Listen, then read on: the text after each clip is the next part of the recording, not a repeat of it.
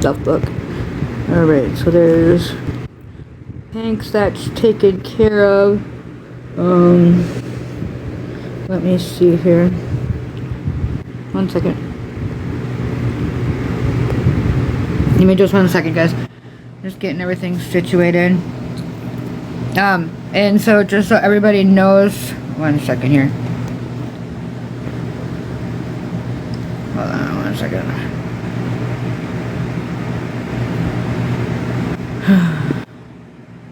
Okay. Just so you guys know, I did leave my gifts on, and the only thing, yeah, I know, I just did. I only want heart muse just to keep the live going, is the only thing I ask. I don't want any other gifts, no other gifts, please, nothing. If anything, I'm going to, you're good, I'm going to screen record after the end and show, you know, if I do end up getting gifts on what I made, because I don't want anything out of it, you know what I'm saying? This is not for me to make money off of, this is just providing a platform, but I wanted the heart muse on to save the live is all. Give me 1 second, I'm just double checking my mods and making sure that we can go to the wall. Taps and heart muse is all I ask, you know, and then just be respectful. I don't want anything else. I'm not here to make money off of this. I'm just here to offer a platform. So give me 1 second, I'm just double checking, making sure that my mods are ready to rock and roll. Thank you, thank you, thank you. Just a second, guys, hang tight.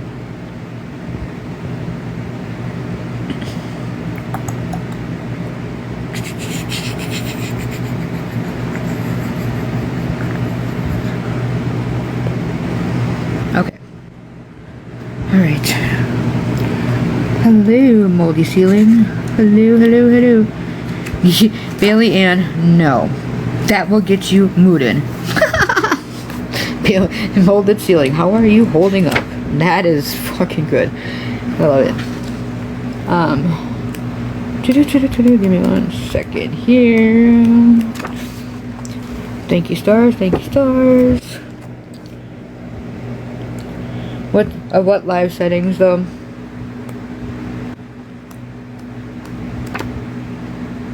I'm so sorry, mainly petty. Jeez Louise. I was eating, I was fat. I just got home from work. Leave me alone. What? But what? I don't know. Rochester, I don't know what comments you're talking. Okay. Alright, pet. I was like, because I can see you. You're good. You're good. Hello, hello, hello. Always taps and heart muse only, nothing else. Anything else will be... he's a pick me. I don't even like that dude. He is a bully. Just kidding. Okay. Give me 1 second here. He always got to come in and make it about himself. What a loser. Just kidding. Alright, let me find out. Is Jonathan in here? I swear, unpin that stuff, Milk. I'm gonna knock you out. No. My page is not private. Okay, very good. I'll send you a box request in just a second. Yeah, it's not private. I got you, babe. I see you. Milk just likes to pin stuff. Just let her be. Heart muse and taps only is the only thing I ask for. I don't want anything else. I'm not here to make a profit off of this. This ain't for me. This is for a platform for Jonathan to kind of answer questions, because I know a lot of people know of Becky, have followed Becky. No. You just started, silly. You didn't miss nothing. Hey. And after I've got a list of questions from people, and whatnot, and so we're just going to kind of go through that. And if I miss anything, please type it in the chat. And if not, we are going to open boxes. I don't know who that is. I mean, but okay. Who's that? Who's that lonely girl? I don't know. That's fine. But at the end, we will open boxes if people want to come up but I'm only going to do one person up in the box at times, so that way people don't overtalk themselves, each other, and just make sure that it's respectful. And yeah, all right. So Jonathan, I'm going to send you a box request. Can you type in the chat, or do you know how to request a box, Avina and Jonathan? Just type chat at the bottom of their page. There is 2 people that are pink and blue. Click on that, and it'll say request.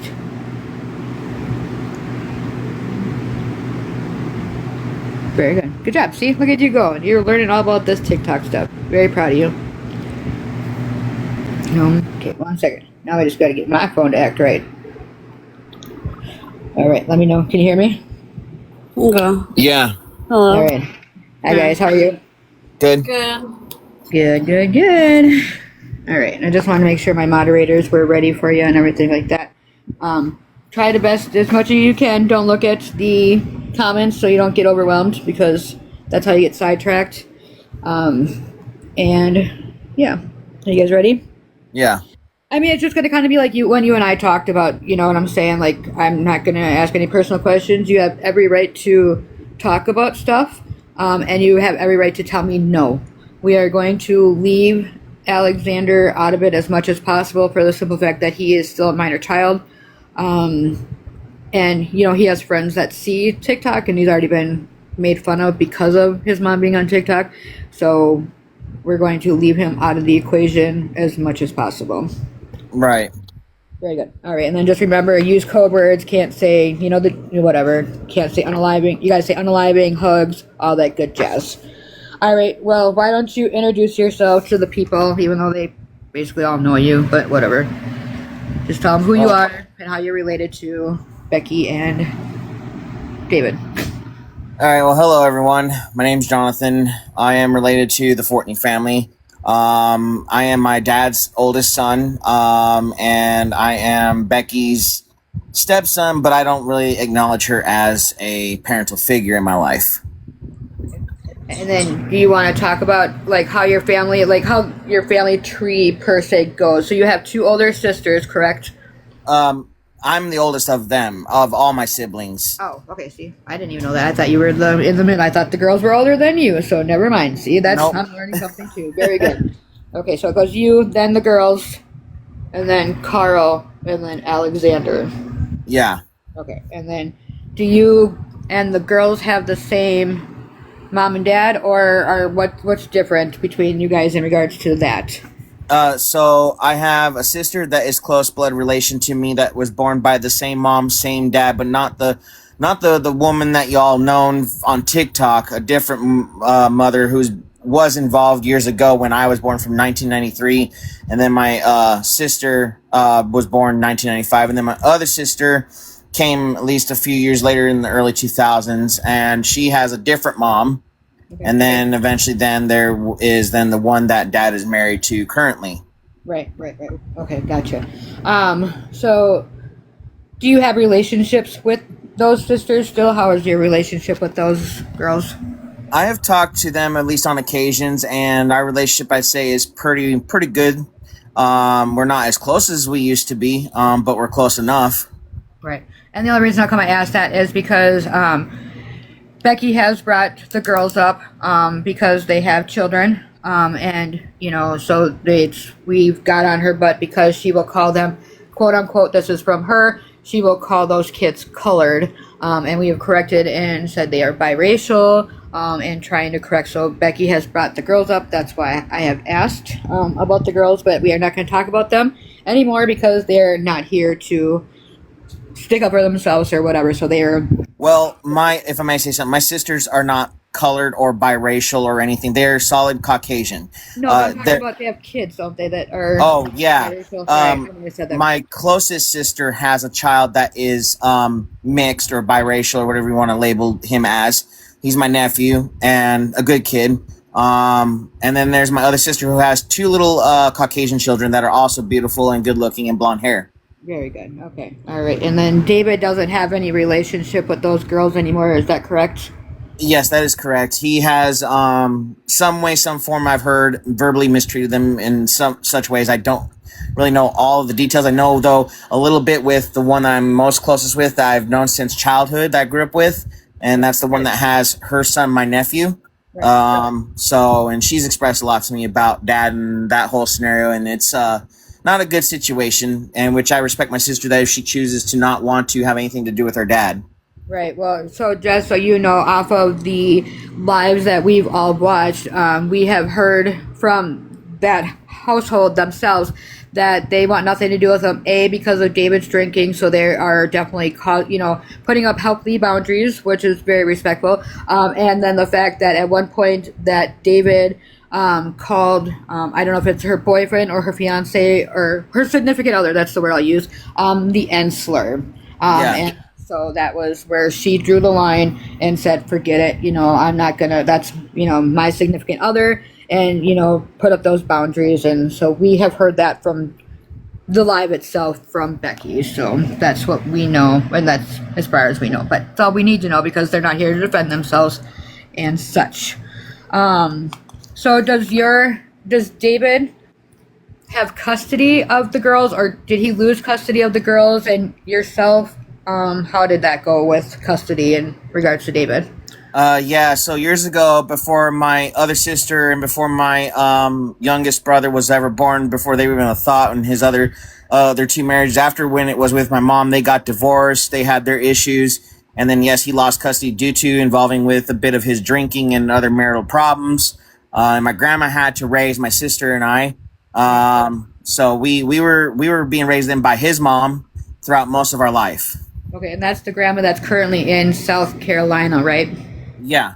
Okay, yeah, okay. So I know her name. I won't say it because some people may not know it, but I just know that Becky has announced that that's where South Carolina, or she's in South Carolina because she said every time that her and David get into a fight that he's going to go live with mom in South Carolina, blah, blah, blah, blah.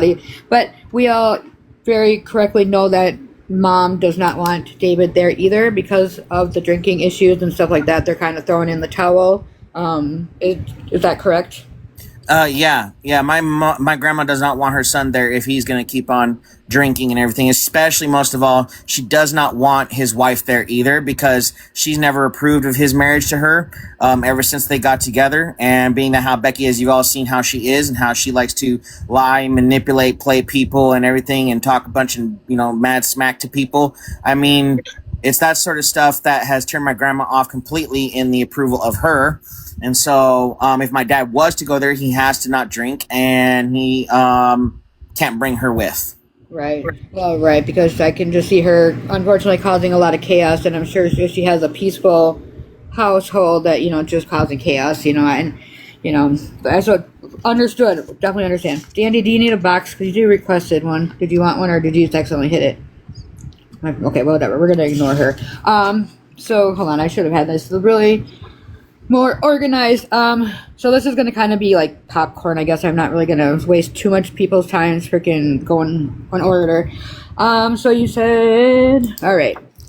Do you remember the day that you met Becky? How old were you? And was it in South Carolina, my goodness, South Dakota or Las Vegas? And what was your initial thought of Becky when you met her?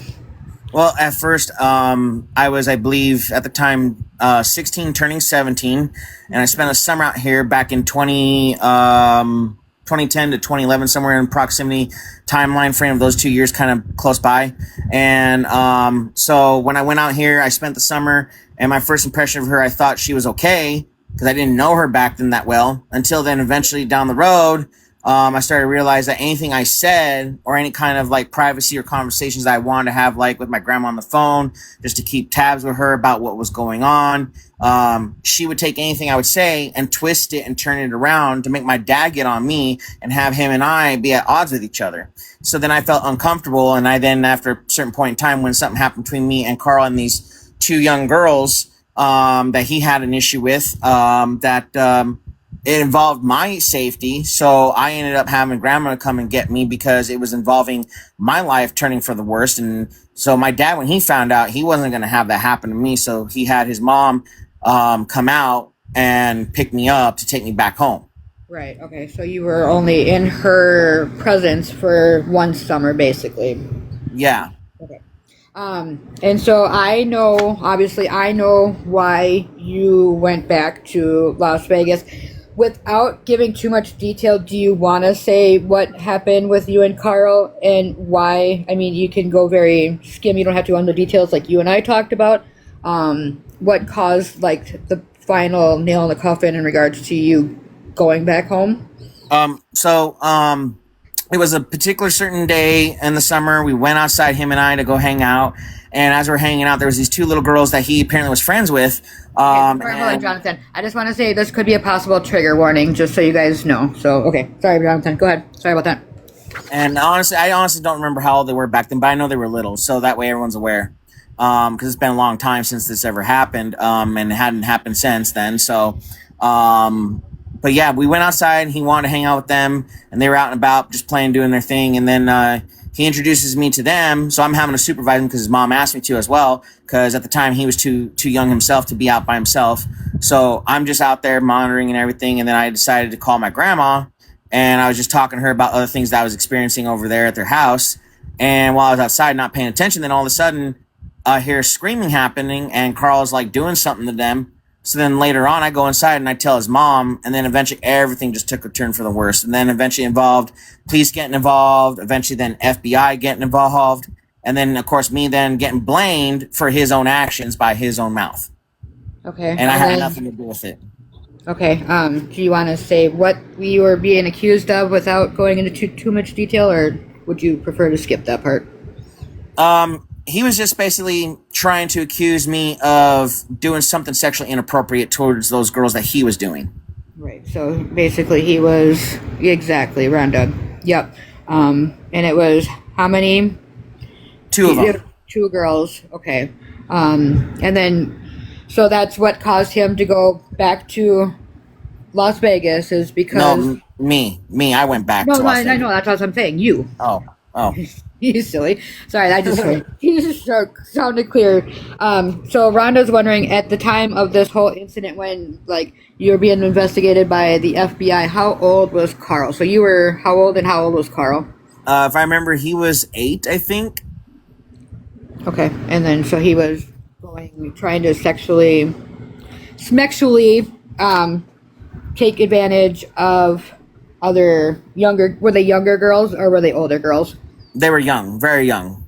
Very good. Okay. Was he ever convicted of that, or how did that end up kiboshing? Eventually, after some time, there was more problems in their house that led to where Carl eventually got taken out of their home by the state, ended up in the state's custody. And so Becky lost her parents' rights due to everything. And so he had to then be in the system for a while, being bounced between her and their house and her mom's house, his grandma's Faye's house at the time when she had one. And then with the bouncing around, he was then in a few facilities.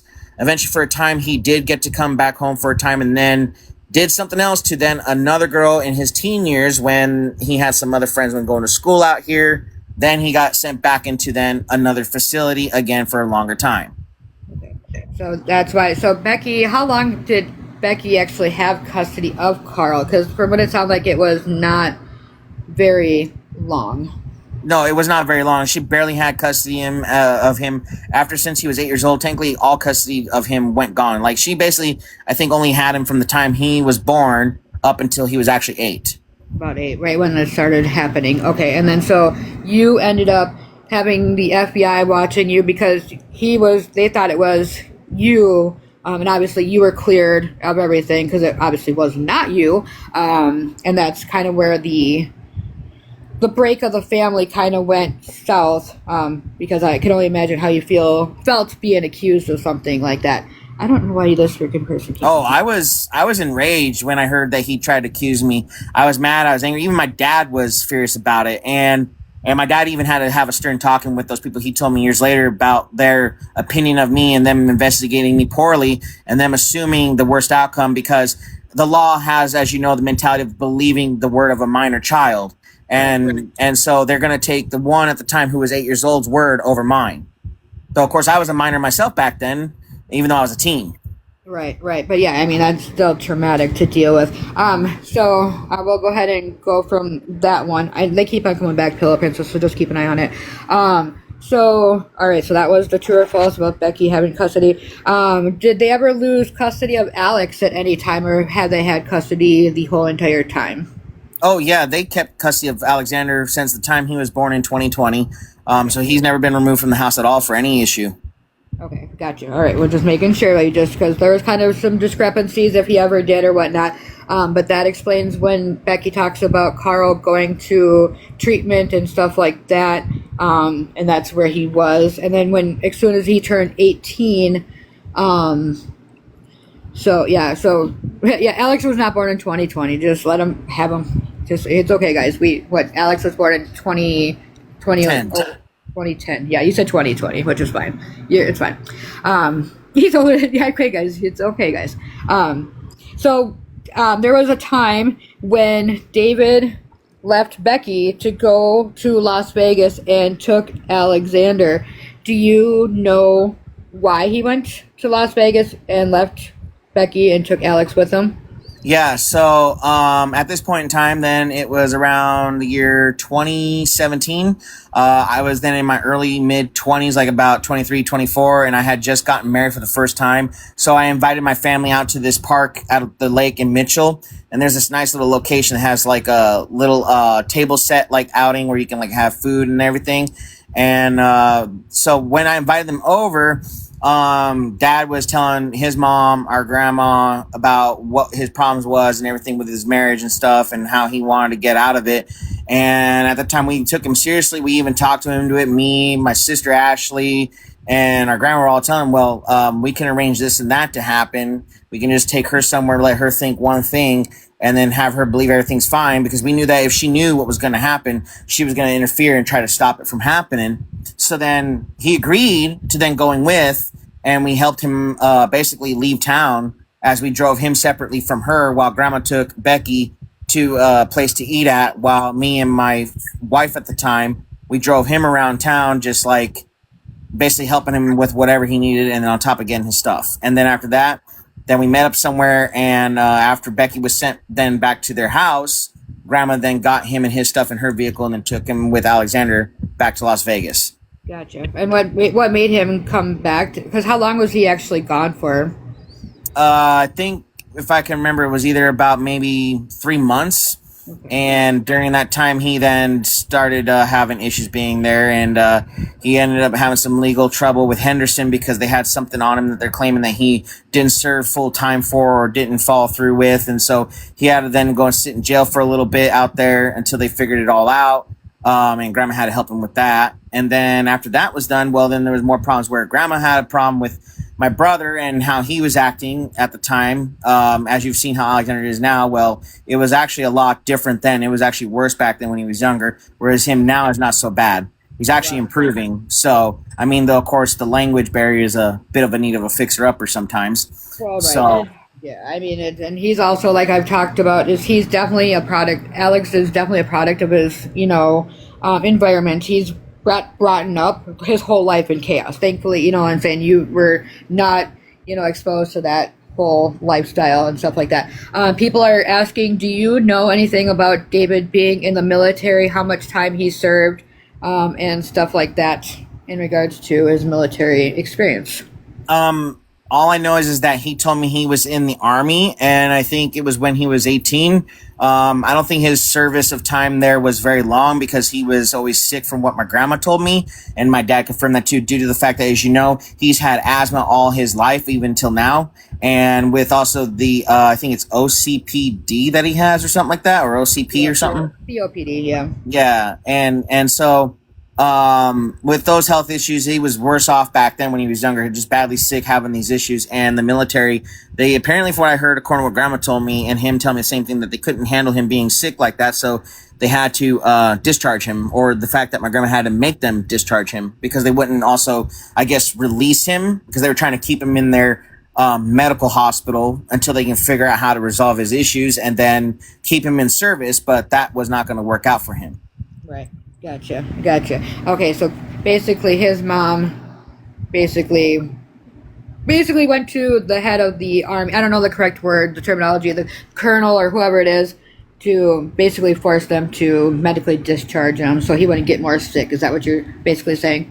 Yeah, because it was just to the point to where he could have died, and his condition was not good back then. And this is, I'm thinking, probably before I was born. Like, I wasn't even a thought at this point in time. Right. Okay. Yeah. Because you said he was only 18. Okay, that makes sense. Because so he was, from what we understand, is he only served 180 days, and he said he was released because of, was it bronchitis? Is that what he said? Why am I? Yeah. Well, he said he served years, but it's been proven to that he was only 180 days. And then pneumonia, wasn't it? Pneumonia. He said he got medically discharged because of pneumonia. Sorry, I don't know why I said bronchitis, but pneumonia. And so that he never fully completed his military time, and that's why he doesn't get, service or like medical assistance, like TRICARE and stuff like that. Because we've always asked him, like, they've talked about, David having these medical issues and that, Medicaid, Medicare, and we're like, well, if he served in the, Army, like he said, that's, he would have TRICARE and stuff like that. So he's been called out quite a bit of times. And Becky's answer is always, well, she doesn't know because whatever happens in Vegas stayed in Vegas kind of thing. And it was just like, well, that's not how the military works.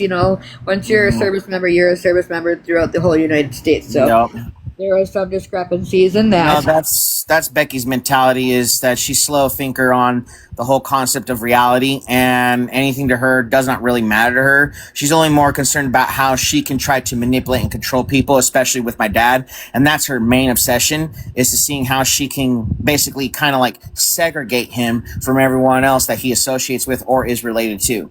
Right. That makes a lot of sense. So talking about Becky, do you know what grade? You may not know this. Do you know when Becky was in school, what grade did Becky make it to? When did she drop out? Do you know? I didn't really pay much attention to anything she said personally about her education, except for her telling me that her mom put her on some form of disability SSI back then when she was just a little girl. And that's the only thing I really know about her. And then on top of her telling me one time that when she got old enough, she started working a few jobs. But I don't know how long really of her life in those details were. Because like I said, when it came between me and her, and after the things about her that I started to see about her and her twisting anything that came out of my mouth, I just completely zoned out. I was just not even giving two fucks anything that she had to say. And excuse me for saying that, but honestly, that's just my feeling. Right. Yeah, I will, Deshaun. Give me just a second.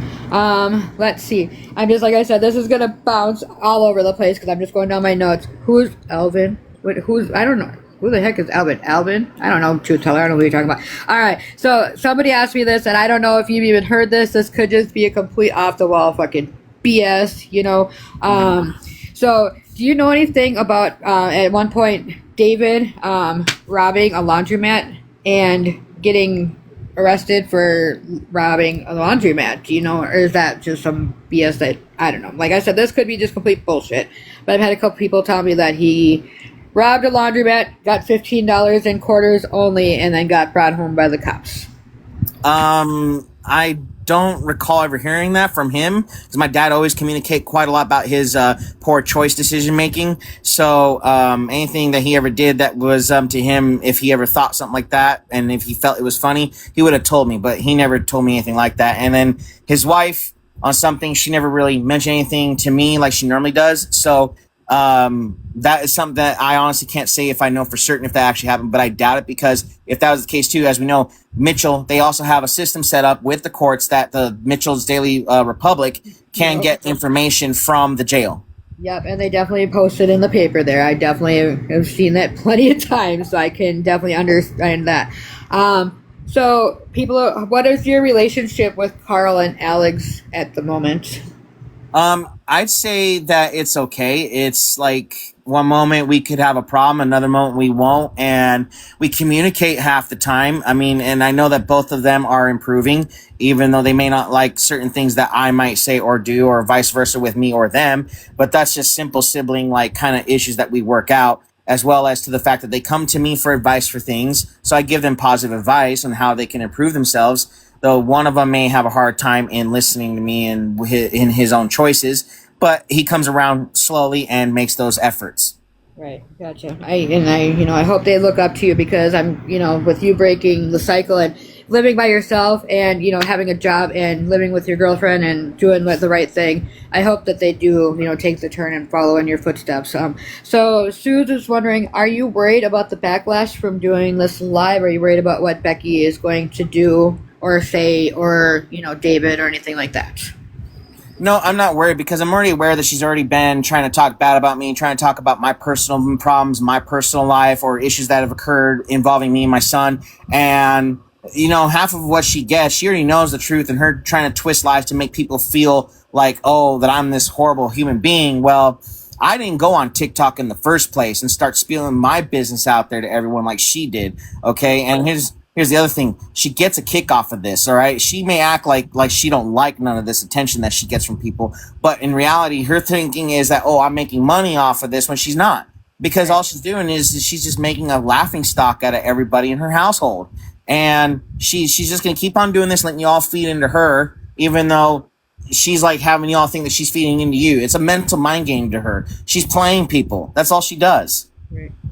Got it. Yeah, and then she definitely does not, she definitely does not make money off of here. Like, I believe one of my other awareness friends on here said that on average, she is making about $5 and some odd cents a day at this point. So, Darla had looked up, I believe it was $5 or something, on average $5 and some odd cents a day, basically. So we're trying to figure out what the whole idea. Okay, 532. Thanks, Darla.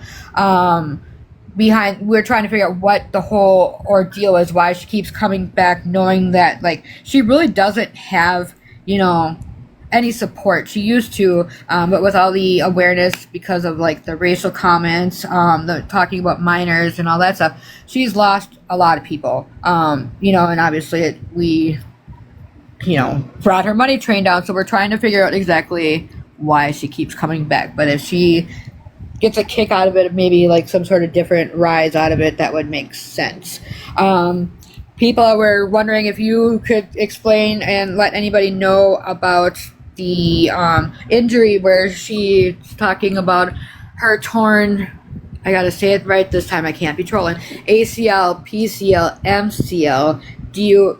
Can you tell us how that came into play or what you know about that? Okay, so this was, I think, then in 2018, and I had moved back to South Dakota here in Mitchell, and I needed a place to live for my wife and I until we could figure out a new place to live in town. And so I think then at this point when we ended up moving back in the house because my wife had to get some kind of like a weight loss lipo type of surgery, and so she didn't want to stay in the place that we found. So we moved out of that place, moving back in after we barely just moved to town. And as we were then staying in their house, well, during the winter, as you know, winter out here can get pretty bad, especially with ice and snow.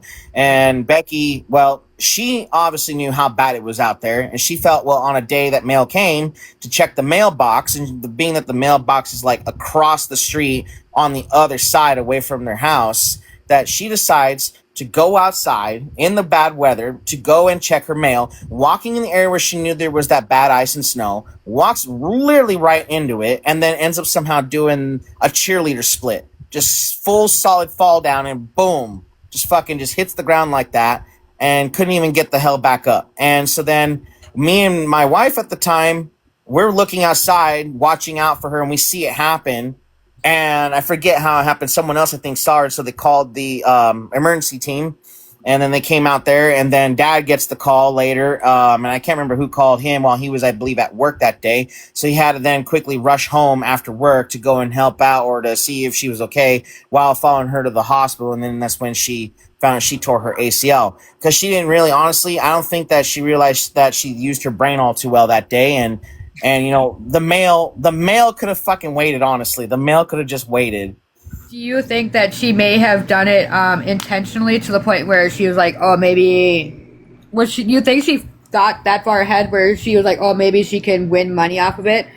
Because she did win a settlement, correct, from the landowner. Is that correct?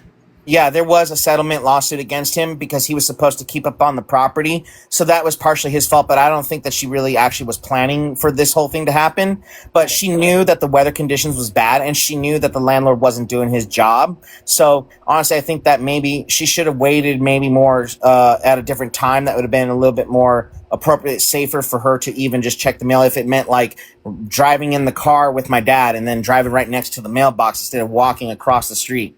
Right, like you said, the mail could wait and stuff like that. So from what we understand, that what I've heard from her is that she got a $10,000 settlement from that. People are wondering if you know, is it true that David made her pay $3,000 to take care of her after she fell and tore her ACL? I don't know a whole lot about it. I heard there was like some kind of a weird money exchange going on between them two because her needing money from him one moment and then him needing money from her. But majority of the time though, if she ever had given him money was because of the fact that she willingly gave him money due to his drinking, and she would always contribute to that, always condone it, always buy him it until when it got to be too much for her, then she decided to finally not do it no more. And on occasions, once in a while, she still to this day will buy him the alcohol if he is out of it. Right, and that's what we were kind of wondering. And then so Pillow, on top of, since we're talking about injury, Pillow Princess is wondering, do you know, does she have cellulitis? And on her leg that you know of? I try not to check her out, honestly. Yeah, Because, I get that, definitely. But yeah, I mean, because Yeah, I get it's just not a good sight, honestly. And so I don't really know for certain. I could say as though she's declared to me that she's getting better from having this, and that her sores and all that are healing up. But I ain't looking at her legs or her arms. And yeah, we get that. I mean, that's kind of weird. That's yeah, I get it. That was kind of weird. Like that came off a little weird. So sorry about that. Because like, so what we heard from her, and this is what we get kind of a kick out of. So she's been dealing with this, injury for 10, probably about 10 years now. And she talks about she can't have surgery on her ACL, PCL, MCL, whatever, until her cellulitis is healed. She says that her doctor told her to put Desitin on the sores and stuff like that to help the cellulitis.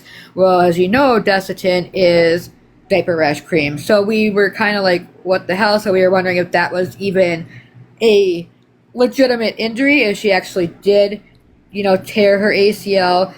Some of us are doubting that, she tore all three of them because, we did research and it says you cannot, if you were to do your ACL, MCL, PCL, that you would not be able to be walking. She would have not, she would have had to have had this addressed immediately, and whatnot. So, do you know exactly what muscle she tore? Was it just the ACL then, or do you not know?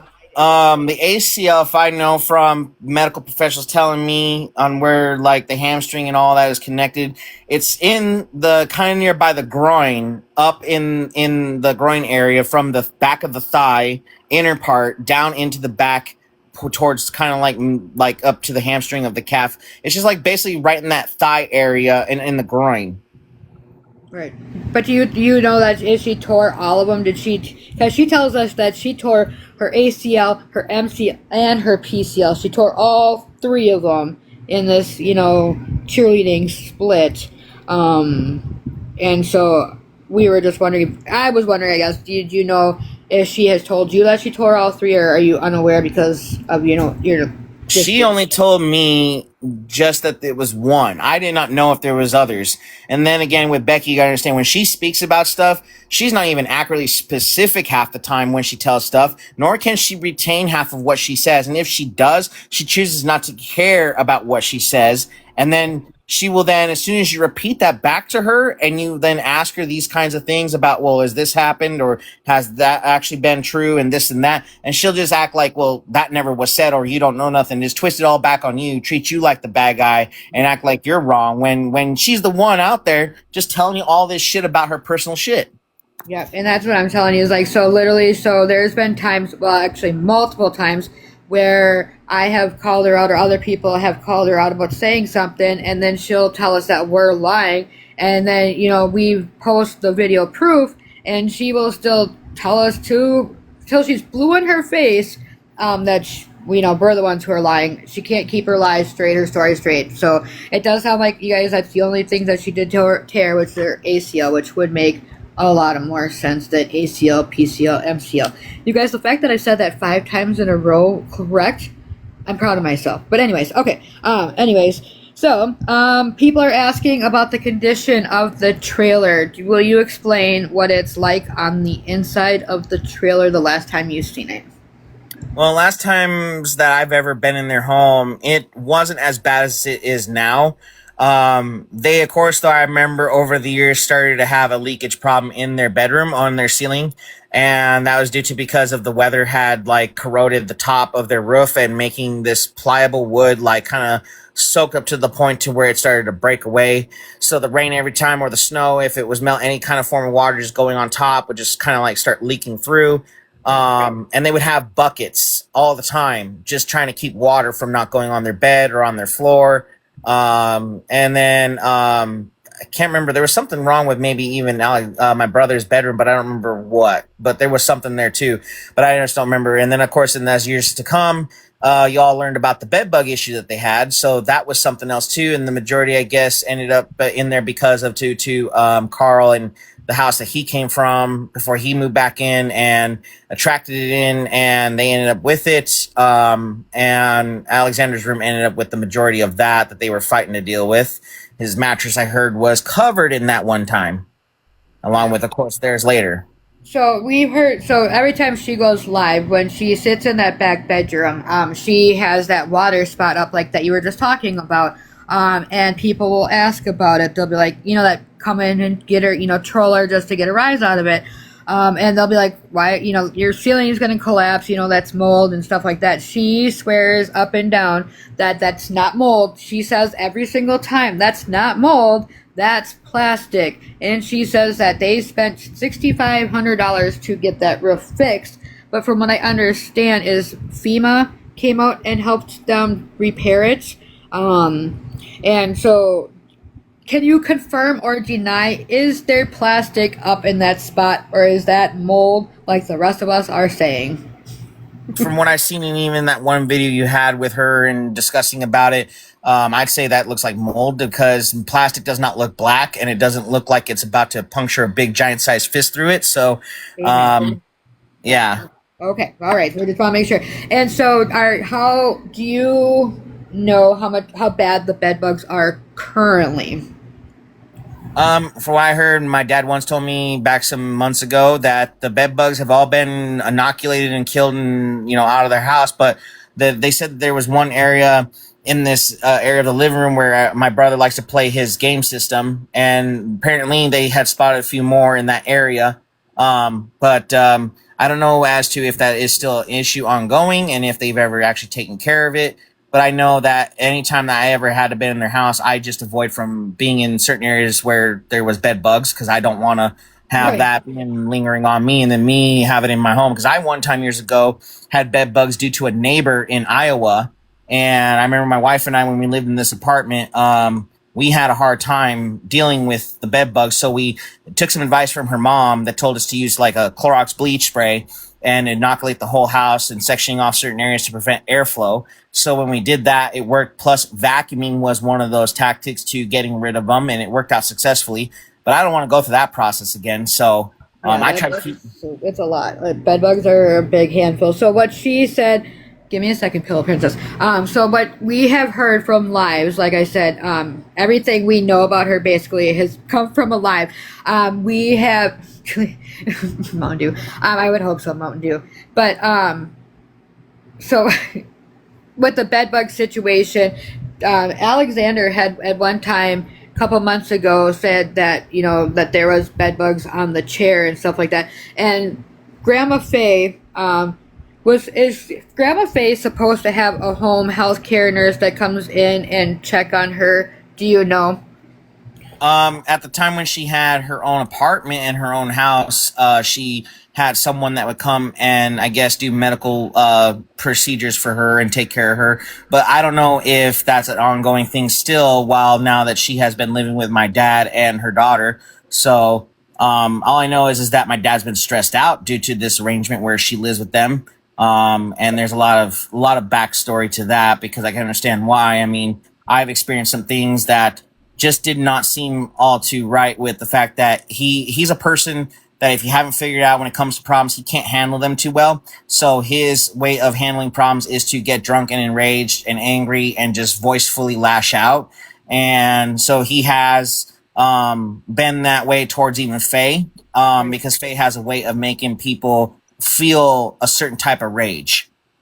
Okay, so they're wondering is Faye as bad as Becky? Do you think that's where Becky learned her tactics from? Is that how bad Faye actually is, or is she not as bad?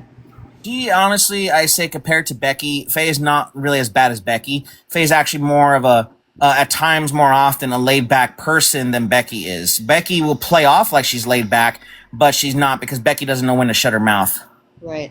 So we were actually told that she was still supposed to have a home health care nurse even while living at the trailer, but that the nurse had stopped coming to said trailer because of the bed bugs. They told the family that they needed to professionally spray before the nurse had come back to the house, and because they have yet to do so, that Faye is not getting any, home health care help and stuff like that. So she's kind of dwindling by herself because nobody's taking care of her at a medical level like she should be. And are you aware that she, sleeps in the living room in the recliner chair because the boys won't give up their bed? And that she just sleeps basically sitting up and kind of isolated, I guess. It's just, yeah, it's really sad. Yeah, Wait, I heard about that, and honestly, in their situation, it's a three-bedroom home. Oh, or no, wait, yeah, three-bedroom home and one bathroom. That they have to basically share that. And the living room is a bit more big than the rest of their home. So yeah, I can imagine that Faye would had to start sleeping in that recliner. My dad's not happy about that, neither is Becky. But yet they chose to take her on because one, Faye did not listen to them about how to proceed with getting her home all taken care of to move into, and so Faye put that off, putting her out on the street herself, and so they wanted to spare her from that, but at the cost of their own sanity. right. So basically, and so Faye ends up getting caught, making all the meals and stuff like that. And how do you agree with, or do you know about that, that Faye gets stuck cooking all the meals, and basically being the incoming maid because Becky does not want to get up and do such things, and Carl and Carl and Alexander don't come and and they want to know, does Faye come with a check? Does Faye bring money into the household? Is that another reason that you think that they brought Faye into the trailer? I don't know if it was for financial purposes. Honestly, I think it was more of a genuine that they wanted to help her out in hopes that she would probably get her life back in track for her to be on her own like she was. But as for financial reasons, I don't know if that was the case. I think that honestly, it was just the fact that now they're just getting tired of having her there, and they can't, for some reason, just simply figure out a way to get her out of their home because a lot of resources are turning away from helping them out in other situations, like such as the Rocks Community Service. I even had help from them, and I learned from the guy who ran the business that he was planning on not wanting to continue helping anybody else out no more in their program, due to a lot of people more so than just my family that has taken advantage of their program and abused the help that they get. Though, of course, my family, I'd say, is though not as bad with the abuse on the help in that terms, because they did find and used it properly to have the home they have. So that was a success over the years when they finally got into the place that they got into and had for years since then. But their situation with Faye, I think, is just a complicating situation. And as for Faye cooking, she might cook, I think, maybe once in a while, but I don't think she cooks all the time because Becky's told me that she herself has cooked. But then again, you hear things from Becky. How do you know she's really telling the truth? I can tell you right now, Becky does not do the cooking because, like, literally every single live, Becky will talk about, is grandma cooking, is grandma cooking, is grandma cooking. Yep. So they believe that, she's trying to make it, whatever. Sound pretty reasonable, and it's not. And then I'll tell you, the real person who's actually cooking majority of the time is my dad. And that might seem hard to believe because he drinks, but outside of his drinking, he's a pretty decent guy when he's sober. Right, I mean, I've heard he makes a good homemade pizza. Becky has definitely talked about his homemade pizza being good. She has said that he definitely has done the cooking, so we've definitely have heard that. So with your going off of what you said in regards to the program that you had used and the program and that the guy doesn't want to help anybody, are you aware of your family using and abusing the help from like the Salvation Army and stuff like that in town? Because we have heard that they are not allowed to utilize the Salvation Army and different resources in Mitchell because they have over abused them. Are you aware of any of that? I remember though hearing about that they stopped using Salvation Army, but I did not know why. They at times, if I was ever around them and if they was in the car, going somewhere with them, they would never really specifically give me full detail on that. I just didn't really, though, of course, care to really want to explore more into it because I learned after a time, the more that they kept on bringing me involved in their problems, I ended up being the bad guy later on. So I just kind of would just act like I was interested, even though I really wasn't. I would just hear them, but not really give two cares about them and their problems because I knew if I was to go in further, it would just turn on me. So if that's the case, then that's on them because they should have known better. I mean, it sucks that they can't get the help that they need for a lot of things, but that was their own choices in what they did. However, it led up to them not having the help that they should have been able to have. Right, exactly. So I've got another question from in the chat. Do you know why Carl does not have his driver's license? What is stopping him from getting his license? Is he just, lazy, or does he have, kind of like DUI or speeding tickets? Why does Carl not have his driver's license? Do you know that? I don't know particularly full detail on that. I mean, I know that he was supposed to get one. He was working on it. He knows how to drive. He knows how to follow the rules of the road. He had at least one car accident. And then he even took a speeding ticket for a friend, which was foolish choice on his part. So I don't know if he ever took care of that business or not. I mean, I really don't know a whole lot in that detail. I just know that he wants to. He's told me he wants to get his license. That way he could be more sufficiently able to drive more properly and be able to be recognized by the law that he's following the rules of the road while he door dashes, of course. And he's even contemplating about getting a better, decent job than just door dashing. So I'm hoping that he actually follows through.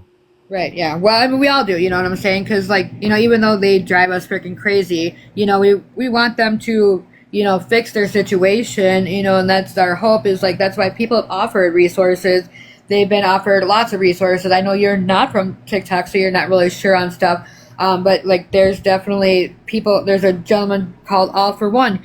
He has so many resources. He's called something called a link tree where you can go in there and find basically anything you need help with.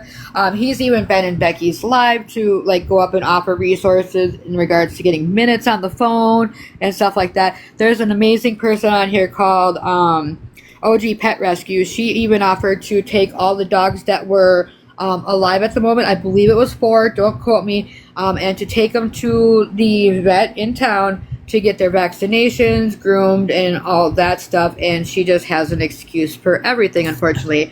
That being said, people are wondering, what do you know, the condition of the current dogs that are in the home? Because obviously there's just Roxy and Dino that are still there. Have you seen the dogs be matted, and not taken care of, and what kind of conditions have you seen the animals in? When they had a full set, I believe was originally 8 dogs total before the majority of them all passed besides the 2 remaining. There's of course now just those two out of, I think it was a total of six that passed away.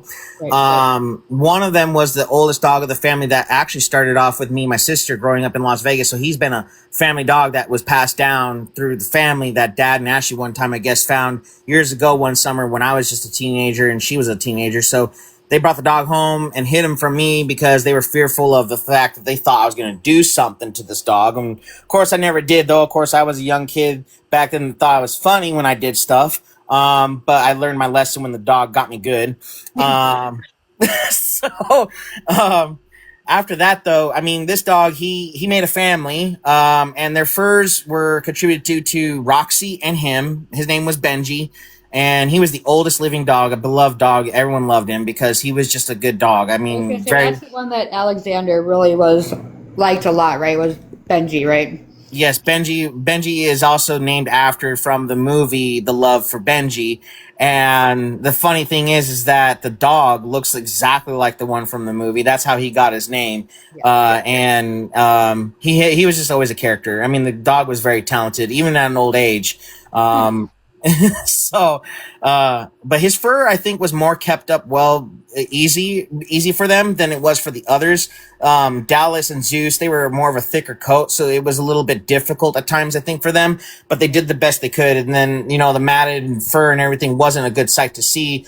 Sadly, due to health problems, they eventually did die, not because of their hair. Unalive. Don't say DIE unalived, but that's okay. I forgive you. You're good. I know you don't do TikTok. You're fine. So Yeah. we have seen their fur matted, unfortunately, and so that's what caused a lot of people to get really upset with Becky and them guys. Just the pure negligence in regards to the matting, and her refusal to go to the vet, even being offered free care and such. And so that brings up the next question in regards to Carl, Duke, and Dakota. Are they real dogs? Are they in the trailer? And what do you know about them? Well, I barely saw one's head sticking out of the bedroom one night when I went over to try to get a ride home due to the weather was pretty rainy and damp out, and I didn't want to get soaked walking home, so I had no ride home, and I needed to get home, and I just quickly walked over to their house from where my job is, and while I was in there, I was introduced to one of the dogs, but I didn't see the other one that Carl has, but I only saw the one, but I could hear him in the back room or the one room that Carl has, and they were just kind of like making a little noise, like they were happy or something, and just barking because I was just someone that they couldn't see because I was there. So they're doing what dogs normally do, which I'm familiar with because I've had dogs. I mean, this is how they're going to behave. But I feel for them because I remember when my wife and I back then, when me and her were married, we had this few set of blue healers, and the same thing happened with them. We had to keep them in the room because of the family dogs, besides the two that have been still currently living.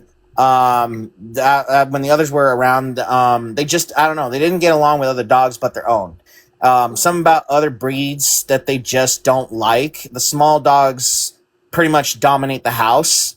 So to keep any issues or conflict from happening, it's just best to, I guess, in their opinion, to put the dogs in the other rooms, which is unfortunately unfair, but those are their dogs that they will put as priority over anyone else's. So what are they? Can you confirm that they are pit bull dogs? Is that the breed of the Duke and Dakota then? I've heard that they are, but I have not officially seen them like in front of me. Like they were not like full present. They were just only by one's head sticking out. But I can't tell by a head. I have to see the whole body for really me to know the breed. Absolutely, yeah. So here's, and this is what we know about them is Dakota is Carl's, Duke is John's, his friend that is currently incarcerated. And so they're keeping him because the girlfriend moved and was not able to take the dog with, so they're holding on to this dog for him until November when he's supposedly supposed to get out. And so we were concerned because we have never heard of these dogs. And with Carl's, obviously I know how hot South Dakota gets because, I've lived there, whatever, the humidity and all that craziness. And does Carl have any airflow in his bedroom? Because that's what our concern is, that they were kept in this room, and the door shut, during the hot, humid days. And is there any airflow in Carl's room that would have gave them some sort of relief at all? Um, well, from my own experience being I've been in that room, and when my ex-wife and I had stayed there and slept in that room, we were told that there is airflow, but not good enough airflow. Something about that the air conditioner or whatever is not working well there, and they had to have, like, I guess, fans in there. I remember, because it gets pretty hot in there. It's like basically putting yourself in a giant size oven. And it's unbreathable if the door or the bedroom window is not open, but the bedroom window can never be open because of an ex-girlfriend of mine. We ended up doing something in that room, and after since then, that window cannot ever be open again, because, it was just a moment. I'll just say that it was a moment between her and I, and my family decided no more window openings. So, Okay, we'll just leave that one to the imagination. So that's what our concern is. Like, so there was a day or a time when Becky got on live and was like, talking about that it was hot, stuff like that. We've asked about Duke and Dakota, and stuff like that, and she admitted that they did not feed those dogs. Well, Becky said that it was not her responsibility or anybody else's responsibility to feed those dogs. So Duke and Dakota went without food for 2 days, and she decided to finally, she said, I felt nice enough as I walked by the room. I went in there to feed them, and that she got cornered in the room and got bit, basically because of food aggression. Do you know anything about her getting bit by the dogs from lack of feeding? I didn't know about the lack of feeding, but she did tell me one day that she did get bit by one of the dogs. I did not know or again, like usual, I don't really care half the time to pay attention to her if I'm in close in-person proximity with her, because I'm just to this point when it comes to her, it's just a matter of if I don't block her out, then I'm likely to fucking lose my shit and then black out and do something bad. Fair enough. I mean, and that's what we were told, is because she said that the dogs were not her responsibility. So, well, Carl was out trying to get freaky deaky with the pregnant girlfriend of John's while he was in prison. The dogs didn't get fed because nobody in that household wanted to feed the dogs because it wasn't their responsibility. But, Roxy and Dino got fed, whatever. But Becky said she felt nice one day and went in there and fed them, and that they cornered her in the room and bit her, and that's why Duke and Dakota got taken away and put in a 10-day quarantine, because they ended up having to go up to the hospital because Becky was bleeding profusely, as she says, and so they had to go in there and get their baby shots and whatever, and that's what Becky was, online dry bagging and saying that she needed money to get the dogs out of the pound and stuff like that. So we're very concerned about Duke and Dakota, especially, knowing how hot it is during the summer and how humid it can be with no airflow. Sorry, Helen. I mean, whatever. I honestly think that if this is really a situation that I have only barely been discovering about these dogs, and then being I only saw the one head stick out of the room, and I know that room is pretty hot, and the way this weather is now this summer, even in like the past summers, it has been even as close to this type of humidity being as heat waves and everything, they should try maybe putting their little small dogs in that room, because I've told them many times when I had our family pug Frank in Las Vegas, and grandma used to have a problem with not listening to me when Ashley and I did our research, my sister, we did our research about our pug to find out what could be a problem if we kept them outside too long in the heat and humidity in Las Vegas. And it came out with results that this goes for all different small breeds, majority so because more reports are given about the smaller breeds, that if you keep them in anything that is contained with a lot of humidity and heat involving outside, they can get badly sick, they could lose an eye, they can catch cancer, and they could die from dehydration. Unalive. Come on. You're good. I'm just kidding. Yeah, exactly. Yeah. And we've called, so and I don't mind saying this, we have definitely called animal control out of the concern and the welfare of those dogs being in that room, because there was literally freaking it was so humid, you know what I'm saying? And I'm an expert at how humid it is in South Dakota. So Yeah. we have made calls and stuff like that, but nothing was ever like, I don't know, like Mitchell, like they're weird. Like they didn't seem to give a crap. We've made other calls to other agencies and stuff like that. And yeah, that's another question. Do you know, does Carl let them go out and go to the bathroom outside, or do they go to the bathroom inside the house? And how about Roxy and Dino? Do they go potty inside of the trailer, or do they get let out frequently as they should? I can say that I do know that Roxy and Dino get let out for sure because they have these leashes that I myself, even when I used to live there, when they had all of the family pack of dogs, a full 8 all together, I would even help out when I lived with them, just putting those dogs on the leash and letting them go outside, and they would go down those steps there and just do their thing and then come back in later when they were ready. As for those big dogs, though, since they're just a new recent thing, in my opinion, for me, I don't really know a whole lot on how they're being taken care of. But I do say that they should just consider that maybe they should test the theory about locking up their 2 little dogs in a room, like Right. Carl's, and see how that they feel when it comes to their dogs being in a hot ass room, not with no much food or water. Because even big dogs, with the amount of fur between a pit bull or whatever breed they are, they can suffer from the heat. They can die from that, and it's not good. It can make them sick. They can even vomit. It's just not good. It's not good for them at all. I Or mean, like they I'm should go hoping. lock themselves in the bedroom and see how they like it with no food and water, you know, and no air, and see how that feels. You know, it's kind of like when Yeah, people leave their kid in a car and stuff like that. You go sit in that hot ass car and see how that makes you really feel. You know what I'm saying? You go take the experience of what the dogs are feeling. So yeah, exactly.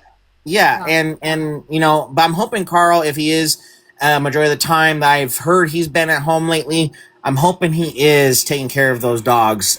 Because if he really loves those dogs, I think any dog lover would take care of the dogs. Right. Well, yeah. Now, Dee Dee makes a good point because with Becky admittingly on, you know, live said that she did not, they weren't her responsibility, so she wasn't going to do anything with them. That means Duke and Dakota were in that bedroom. They had no choice but to go potty in Carl's bedroom because they said they refused to, you know, even feed them. So why would they even take them out to go potty? Because that's even more of a activity and such like that. And I know, you know, they're not, from what I understand, is they're not even supposed to have that big breed dog at the trailer. That's what kind of made me concerned in regards to, are they just letting the dogs do whatever they want to do for the simple fact that those type of breeds are not supposed to be there and they don't want to get caught and get in trouble with the land attendant. But that's just my assumption. You know, that's just something Well, that I I, could clarify more on that scenario because when I had the 2 blue healers, when my ex-wife and I were married and we lived there, those dogs that we had, the 2 blue healers, we had to keep them locked up in that room, that very room that Carl has. And as we were staying there, well, we were told something along the lines by Becky and my dad saying that, well, our dogs could not be seen by anybody that worked for the land tenant outside, or be acknowledged or heard inside the home. And so we had to keep them in the bedroom, not just because of the other dogs not getting along. And so we were told that they didn't have to let us have our dogs with, that they could have just said, well, you're on your own, you figure it out, is their attitude.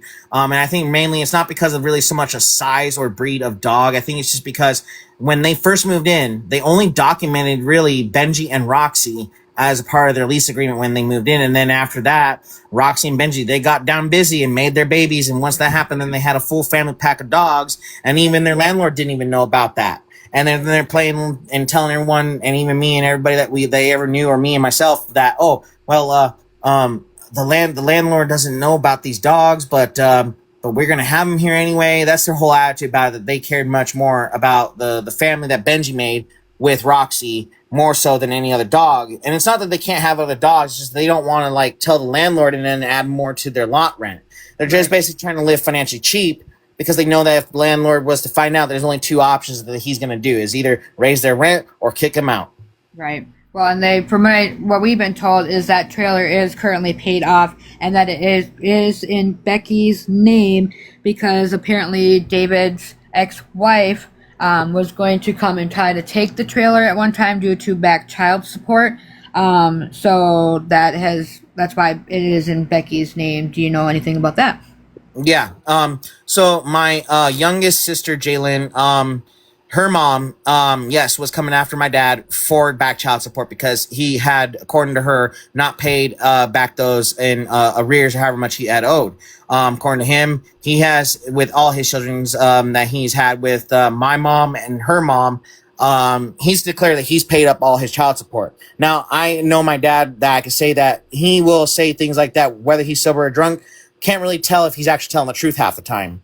But I do know that he, mostly I could say though, with my sister and I, he has at some point somewhere maybe has successfully accomplished paying that. But as for with Jalen and her mom, I don't really know for certain on that whole detail. I just know that yes, she wanted to get him for that, so she did put in a court like order or something, and we found out, and to spare him from losing his home after they did pay that, even though they still paid the lot rent, but they own the home, but to not lose the home, then we advised my dad to get the name transferred over to Becky so that way he wouldn't lose the home. We did not know, though, by the way, when we did that it made things even worse for him, because once that happened, as soon as Becky then got the name in her own home, then she had full power and control in order to make Dad's life hell. Right, I can see that happening for sure, for sure. Okay, yeah, Karma, they talked about it. You must have missed it, but it was a water leak from weather and stuff like that. And Jonathan says it is not plastic, it is mold, and that would be so. Becky has been sick since she started getting a cough Thanksgiving last year, and she just keeps on talking about this cough. She keeps coughing and coughing, and she's like, people are like, why do you keep coughing, and stuff like that. And she says she doesn't know why she's sick, and we keep on trying to tell her, ma'am, look up, it's your feeling, but she does not want to listen to us. That is exactly, whatever. Girl Garden, I can answer that one for you. So their lot rent on average, and Jonathan, you can confirm or deny or whatever. She told us that it is about approximately $320, but it also fluctuates because their water usage. South Dakota does some weird shit where like they have community water in the trailer court. And then based off of your water, your lot rent does fluctuate from month to month. So on average, she did say it's about $320 for the lot rent. I don't know a whole lot about it, but I'll just say that with Mitchell, things just don't add up. Things are very tricky. Everyone is charged something different for every different personal rent, utility, anything that involves paying money to a landlord or a billing company. I mean, this town to me is a freaking circus. It's a circus. When I lived up in Huron, I lived in one of the trailer courts up there. And so it was the same thing where the lot rent would fluctuate because it was based off of our water usage. And, it was just crazy. We had an app where you would go on there and see how much water it said you used. And it was just like, well, how do you verify that was really what we used kind of thing. So it's definitely, it's silly as shit. So people are questioning, do you know anything about why is David Becky's payee? Because at one time, from what I understand, her mom was the payee, and then that was taken away from her misusing the funds and not paying the bills and using it for her shopping. You can either confirm or deny that. And then why did it go over to David? Do you know anything about that? So when they got together, and they were been married and everything before he ended up on his own SSI years later, and then the other financial assistance he gets. Before that all came for him, he was her payee because, yes, she was not responsible with her money. And so, yes, they would hold back her money. But then it wasn't just all her. The payee, though, too, was being shady. I remember experiencing at times when Becky needed the money actually to paying some bills. The payee would play games and not pay Becky her money to preventing her from having the funds needed. And so then Dad worked it out to where he could help his wife have her money under his supervision so that way she can have access to her money without it being interfered by a inner third party. Okay, so it was Faye ever Becky's payee that you know of then? Because I heard she was, and she had lost that ability because she had used it for shopping and stuff that was not bill-wise. So I don't know anything a lot about with Faye having access to her daughter's money. And as for Faye having a shopping addiction and everything, I don't know anything about that. I don't think Faye, though, from what I knew of her and what I know of her now, I don't think she's the type of person that would take money and just spend it all in one setting. I think I think honestly, it's just a matter of a misinterpretation from whoever's saying that or Becky saying that. Got it. Um, We're good. so Yeah, no problem. So somebody wants to know, do you know how much Becky gets in monthly assistance? So we were told at one point that she only got $99, but I believe South Dakota just got an increase. So Becky was saying that is what Helen Rose has said, and Helen Rose was very good on knowing her shit. So at one point it was $99, but I know South Dakota just got an increase on their, spending in regards to assistance. So she's up to 149 now. Do you know if that's a correct average number, or do you know if she gets more than that? Yes, that is actually correct. That is what she's getting due to, because since my dad is on the SSI, because they're married, they go based on majority of his income that they give to him once a month, on top of his other financial aid that he gets of the SSDI or whatever for disability because of his spinal surgery that he had of a slip disc that he ended up with last year, I think it was. That was not a good situation for him because it led to then fractured ribs. And then I think then there was like a blood clot situation where he had to be on blood thinners for too. So he went through. Becky has said he is on blood thinners, so we know that is still accurate, and he's on muscle relaxers currently. Yeah. So it's been tough on him. On top of though, yeah, he's thrilled and happy now. For years he complained about when a few people I had been with, like with my ex-wife who was trying to get SSI, along with like my current relationship who is also on SSI. He was always angry, mad at people like them who had the help from the government that was getting the assistance, just like his wife, where he fought for years trying to argue with the government about, oh, well, why can't he, due to certain issues he was dealing with, like his mental issues and other physical things that he was worried about. And of course, though, it didn't work out for him because they viewed on, I learned when one of my exes had went to court, the courts in South Dakota, they view a few factors, not just health, because health, right, yes, is a priority to get the benefit granted to you to having that SSI, but they look into your long outstanding history involving like your criminal record. That is the biggest part of all, along with your financial and income based on how many jobs you worked or haven't worked. And if you have the criminal being outweighing the other two, that prevents you most certainly for years on getting the SSI, because the way they figure, I think, is if you can go out and criminally do something to the public or to your domestic life, then they figure you have the means to afford to taking care of yourself. So they are not going to help out someone who just gets into trouble, really. And it took for my dad's health to really collapse on him before they were like, okay, you know what? We'll actually be lenient on you. We'll let you have it this time around, because they knew that they couldn't deny him it this time after he just one day at work couldn't lift no boxes after his spine just gave out on him. Right. So talking about David and his injuries, how did David break his ribs? I think, like, was it like last year, right around Valentine's Day, right? Is that, I believe, how did David break his ribs? It's not like he tried to. I think it was more of the fact of when he went through the surgery for his spine, something was going on where there was swelling. There was a possible blood clot or something happening. And with the surgery he already just went through, and while he was recovering, he was on certain medications that was not helping him with his diet, and top of him gaining some weight. So the weight put on pressure, which caused his ribs to eventually fracture and break.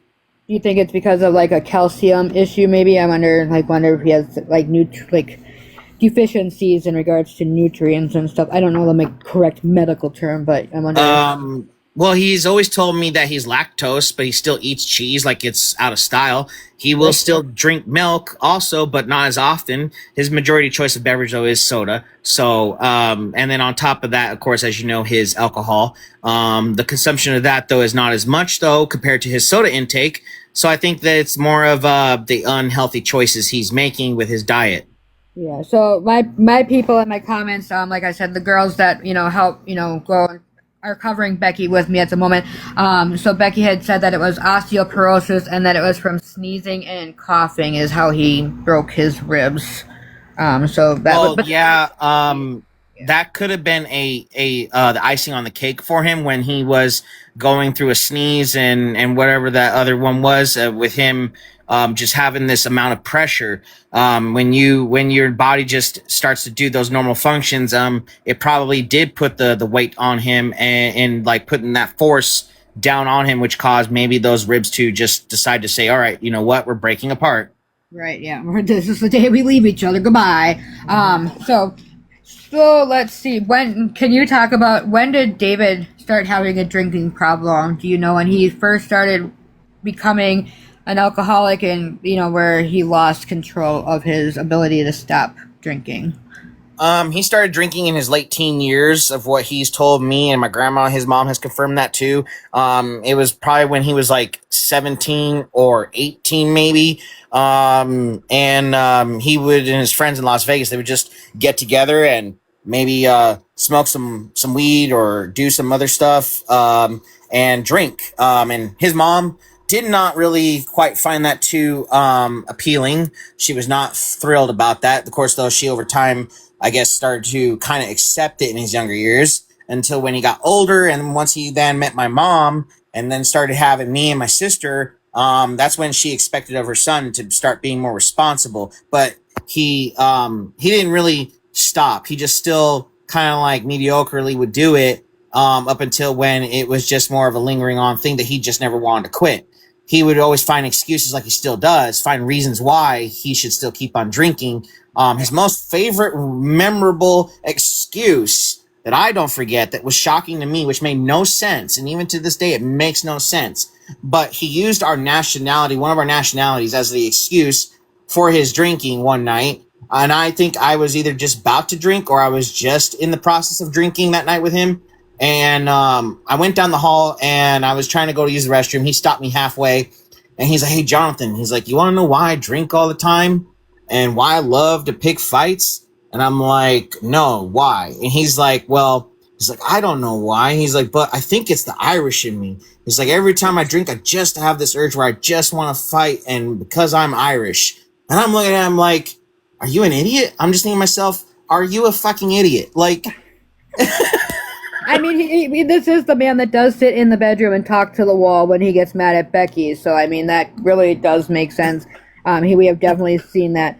Yeah. But so now, talking about being drinking and being an idiot, can you explain? People, obviously, as you know, I have showed the video on of you and David where you had the marker on your face, and David slapped you and stuff like that.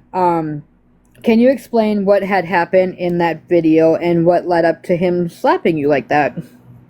yeah, so I was working at Marlin's here in town at the time, and I was with one of my exes, at the time as well. It's funny how a lot of bad stuff happened between me and exes that I was with. She was at work and, working at Marlin's too that night, and I come home and he's already drinking and everything, and he was, I guess, upset because I chose to still stay with this woman who wanted to leave and who was causing problems in their house and saying some crazy stuff when she wasn't on her meds. And I would just like try to talk her into like staying until we could get a place and move out. And they were not happy with me about that. So he wanted to sit down and talk to me about her, along with a few other things. I can't remember all the details involving that, and it led up to him having an issue with me. And I don't remember even a whole lot about that either, because it's been a long time since I even had that issue with him, and he wanted to get smart with me and thinking that he was cute and funny. So he's like, "What would you do if I just, like, if this was like a college scenarios type situation, if I just drew on your face and with this Sharpie here?" He's like, "What would you do?" And I'm all like, "Nothing." I was like, "Go ahead, I'll let you. Just do it." I was like, see how far you're gonna go with this." And he's like, "All right." So he starts doing it, starts drawing on my face while it's being recorded, whoever is in the background recording it at the time. And everybody's just laughing about it. I'm like, "Yeah." I'm like, "Well, do you feel bad about yourself?" I asked him. And he's like, "Yeah, I do." He's like, "Well, you got a mouth on you," because I was like, apparently at this point, I was starting to get a little bit buzzed or something after having a bit of alcohol. And I'm just sitting there trying to keep my cool and not letting him get to me as best as I could. And he's like, "Maybe I should wash your mouth out with soap and see how you like that." And so he takes the liquid soap. He's like, "Here." He's like, "Let me put this down your mouth and tell me if you can handle that." So I just then let him do that. And I swallowed it just to prove a point, just to be wrong, like to let him be wrong about it. And of course, later I regretted it because I ended up like kind of like spitting out bubbles, but that was nothing. Felt a little sick after, but it was nothing I couldn't handle. Didn't kill me or nothing. I mean, it's just liquid dish soap. So, but yeah, he thought he had something on me, I guess, whatever that moment was. And then when it was getting a bit confrontational and him trying to egg me on into another fight with him, literally again after the first time that him and I actually fought. I just knew that there was no point in letting this escalate any further. So I told his wife, I said, look, I was like, Becky, I was like, you need to get him away from me. I was like, because this is going to get real bad and ugly. I was like, I don't want to be fighting my dad here. I was like, you call the police right now. And he's just sitting there. He's like, really? And I'm like, yeah. I'm like, you're out of control. I'm like, this is enough. I was like, I let this go on too far long. I was like, you think that you're going to be pulling the same shit like you did to me many times over and over. I was like, this ain't going to be you testing my strength out just because you want to see how strong I am or if I can kick your ass again like you thought was the case the last time. I was like, so this is going to be ending with you being in handcuffs and you going to jail. Right. And he walks up, goes away in the back bedroom, and Becky calls the police, and the police come, and he comes back out, and he's trying to come at me, and she's trying to keep him back, and then the police finally arrive, and then they handcuffed him, and he's all mad as hell because I would not give in to his bullshit. Right. Well, yeah, because when we watched the video, we could hear Becky antagonizing it because they were talking about the dick that was on your face, and they were talking about how you were going to have to wake up the next morning because you were, saying that you didn't care about, basically that you go ahead and, do whatever you want to do to me, prove yourself, trying to be a big man. And then they're talking about that in the next morning you would wake up, have to go to work that following evening, and Becky made a comment about the dick on your face and that you have a dick on your face because you like to suck dick, and she antagonized it but then tried to be in the background and ask, make it seem like she was trying to stop and be the That's good Becky. person. Yeah, Becky, if I remember, even though it's like one of those memories I try to block out, I try to shut that out because I don't want to remember bad stuff like that. Right, but yeah, she has a habit of egging on and encouraging things to happen. As soon as it then gets out of control, then that's when she realizes, oh, I better stop it before this happens. And it shouldn't have been where I had to be like, Becky, call the police for her to interfere and finally take initiative into actually realizing how bad that this is going, because she deals with him every year. All through ever since their first start of their marriage, she has dealt with the same thing of him being drunk, getting out of control, to where she's always initiatively had called the police on him and have him go to jail over whatever reason that may be. And half the time though, he may not be always the one at fault for a lot of his actions, even though he shouldn't be acting the way he does when he's drunk. But she also has a habit of making it to where things do go bad by saying certain things to him that makes him mad. And not to say that it's all on her and his actions that he can have control over. He just chooses not to, but, she knows how to push his buttons, and that's her way of seeing if she can make him break to where she can have control. And he will disagree if he ever was to hear this one day. I mean, because anything anybody says to him, he'll deny it and say it's not true, just like her, because they're in denial. They're in denial, and they don't want to face the fact that they're both each other's problem. Right. Yep. And, they'll never take accountability and stuff like that. So some people are wondering, so I don't know if you're even aware of this, but David has court on Thursday. Do you have any idea? Do you think he'll get out based off of what you know, or do you think he's going to end up going to prison this time? It's, to me, honestly, being how many times he's had to deal with the few same judges that I remember I've had to deal with myself for my own issues.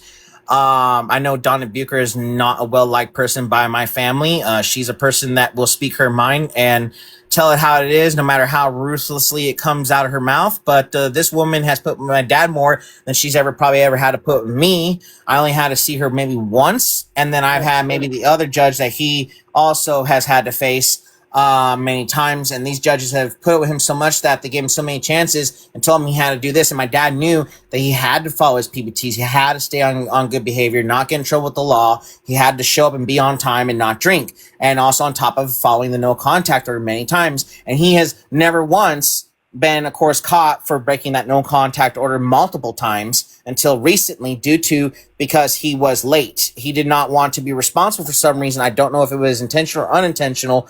I know he wasn't drinking on the day. It was like 2 weeks ago, I think, when it happened, when he got caught. And so he had me call the jail to let them know that he was going to show up but be late. I just didn't at the time realize how late he was, because he then gets arrested because he was more than the average normal time allowed to being late. So they wouldn't have just simply called the police for no apparent reason. The jail will call the police if you are like 30 minutes to an hour, if not days or more late, because they're going to assume that you're trying to avoid from doing what you're supposed to do that's court ordered. And so when they arrived, they found out that he was at their house and that he had broken then, and according to their opinion of observation investigation, that he had broken the non-contact order at the same time. Though if he had then just simply would have, whether or not if he was sleeping or woke up late or not, if he would have just went right away and got it done, I mean, he would have had no issues, but that was on him. He chose to not follow through with what he was supposed to do and be a responsible adult.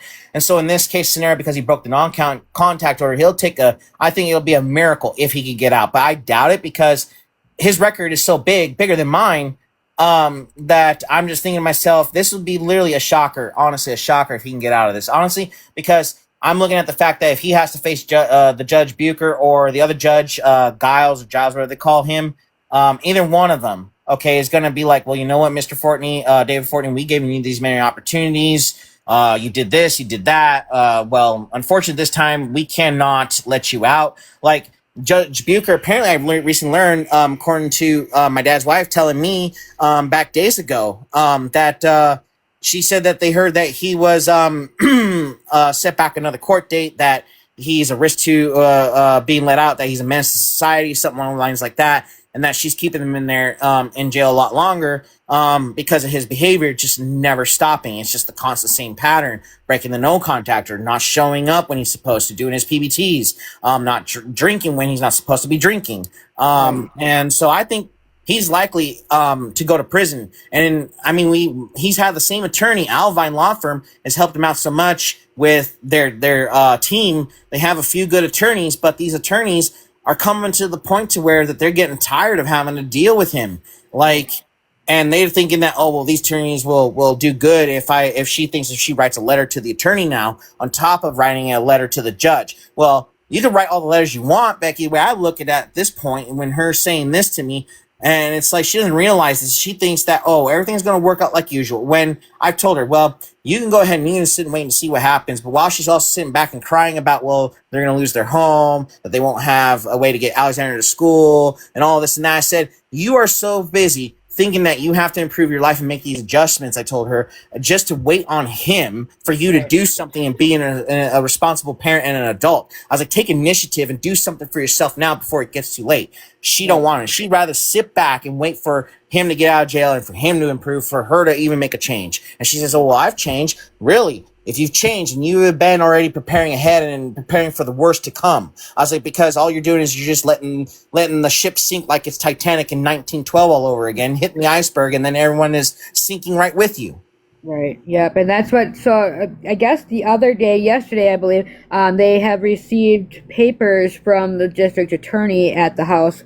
And I guess it was a part of the plea agreement. And Becky had said herself that they are trying, quote, she says that they're trying to F over David by sending him to prison. So they ripped up papers and threw them away. Well, obviously, we know that, being the smart people we are, that ripping up papers is not going to stop the court system. The state's attorney, sorry about that, yeah. And said that, Becky's convinced that they're trying to screw him over, and that she swears up and down that he's coming home on Thursday and that he's going to have a piece of paper that says that he can come back to the house and stuff like that. But yeah, your consensus is basically the same that all of ours is, that it's not going to happen, that they have basically, in my opinion, think that they're untouchable, that they can talk their way out of anything using their, their health issues and stuff like that, and just every excuse that they possibly can think of, the poor me, that, Alexander can't get to school if David's not home, and that, that it's gonna save him. And so do you feel like that's what they're doing? Is they're using David or Alexander's school and all that stuff as a way to like kind of talk their way out and stuff like that, and Let me using just that. put it to you this way. Many times over the years, I've heard them say, even before I had relationships, before I was even married, and before I even went through my first divorce, I mean, even before this current relationship I'm in, I mean, I've heard them say more than once to me that every time that they've had a problem with whoever, it didn't matter if it was me or anybody else or my relationships, they would say, well, this is our house. We could do whatever we want. Nobody could do nothing about it. That's their attitude. Their philosophy is that they think that because they're American citizens and because we have, as Americans, all of us, having the freedom of whatever according to our constitution to do this and do that, well, they don't understand that there's still a price to pay in that freedom, as well as if they're going to be like Becky, involving the social media world and involving other people outside their home and discussing their bullshit problems inside their house. Well, they technically can't do whatever they want if they're going to just share their bullshit with everybody around the world outside their house. Because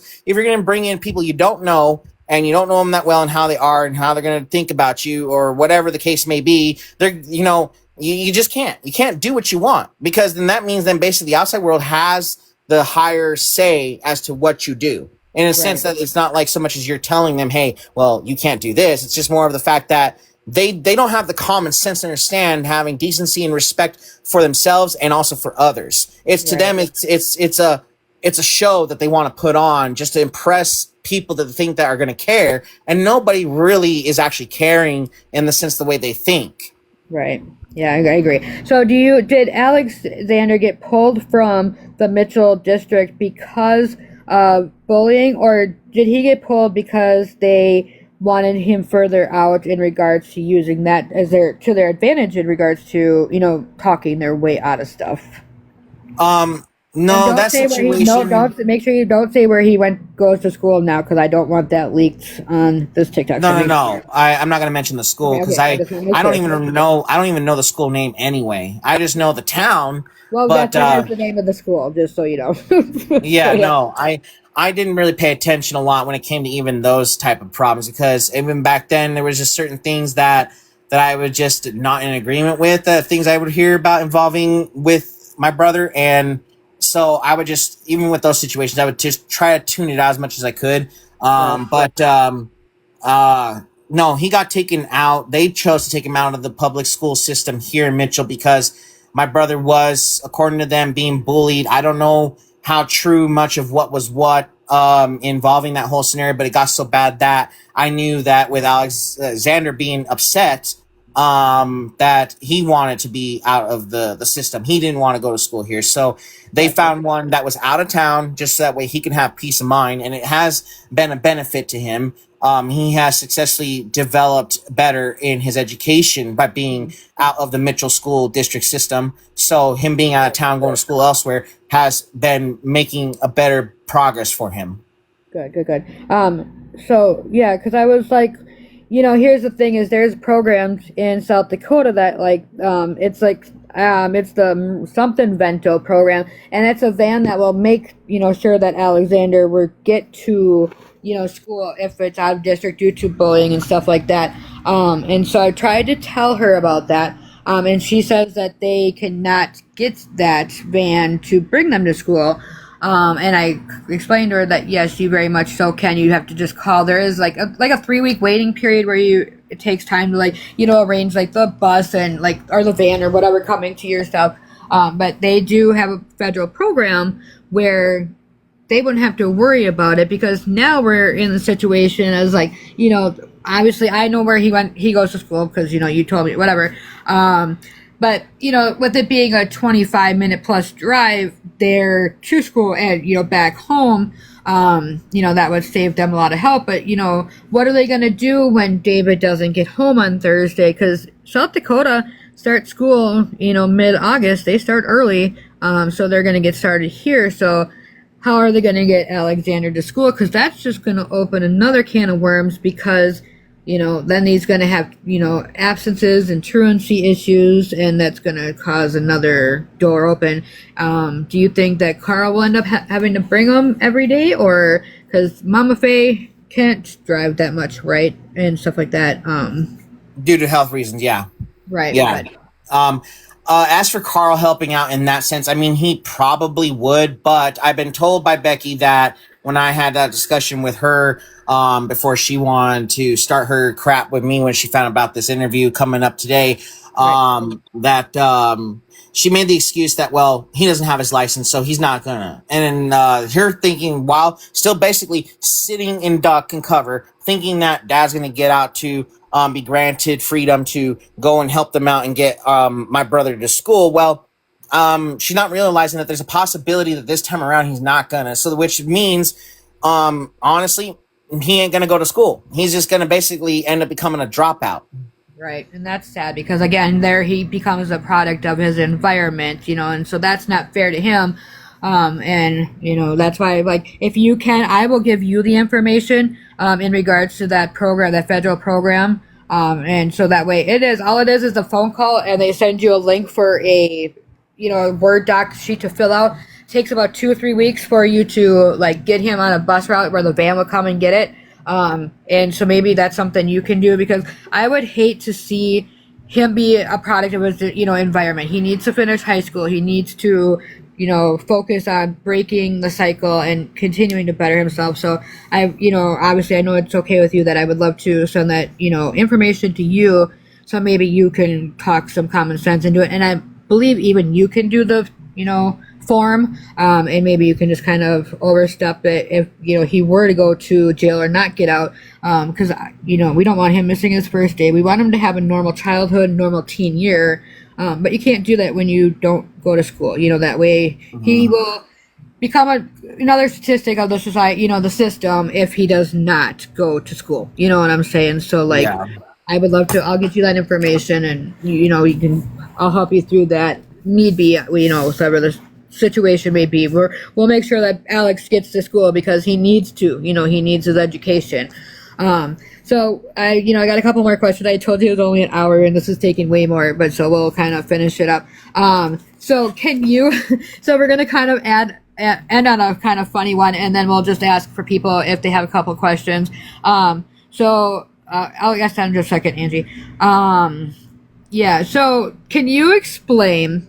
And we've talked about this before. So Becky has talked about that David has wanted to bring other people into their relationship, and have other women get involved and stuff. Can you explain, like you told me, what they were doing in regards to inviting other folks into their relationship for possible threesomes? So yeah, it's not so much that my dad wanted to just start this whole thing. He got into it because of his wife, and because she was thinking and feeling that their marriage wasn't being satisfied enough, or that he wasn't satisfied enough, that she starts giving him these little subtle hints about other women. And because he had a habit of always wanting to display inappropriate nude pictures of female celebrities on one of his older Facebook profiles, that she started thinking that that she could maybe do something to change their situation and relationship by spicing up the marriage. And it was turning out drastically to where that they would start contacting random women, and as they're talking to all these random women, the women would be like, all right, after they're hearing them, asking them, hey, you want to come down here and have sex and have a threesome, and the women were like, well, if you give me a gift card, if you give me this, or buy me a gift, or buy me that, or send me this money here, or do a money order there, I'll go and meet you there, or I'll go and do this and meet you here or there. Like basically making false promises that also ended up never coming true, that they were just foolishly just giving and giving and giving, wasting their money, just constantly just give, and not getting nothing in return. And it was just ridiculous that they were just interacting with women, that whether or not, if they were serious or not, whether if they were scamming them or not, is the fact is I look at it from maybe on their side of things, that if my family had any common sense, that women are not going to just simply be like, oh, okay, yeah, all right, I'm going to go ahead and not know you and just take whatever you give me that I'm asking for, and then show up and meet you and let this happen. Because they're thinking, probably, I look at another perspective, that I don't know you, you're probably a criminal, you're probably going to murder me or something else, and I'm not going to take that chance or that risk, so I'm just going to keep on just taking from you, and we're going to call it good right there. Right, so they were sending gift cards and stuff to these women in hopes, like, or in hopes that they're not really in hopes, but thinking that they were going to come up and offer, sexual favors and be. So does that mean? And now you may not know the answer. You can say yes or no or whatever. That Becky is into females. Do you feel like she is bisexual then? I heard a rumor about that. I don't know how true it is. But if she is into women, I think my dad would have already been aware. And if not, then I don't know what to say to that. Honestly, I mean, if that's the route she's going now, then good luck in making their marriage work. Because my dad, as much as he might like the idea of having a threesome, he ain't gonna be happy about having to share his wife with another female.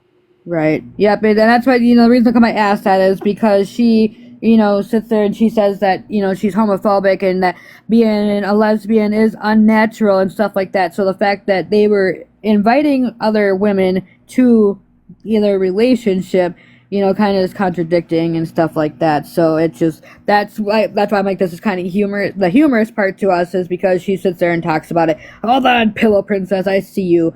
So Pillow Princess is one of my friends that covers Becky, one of my mods.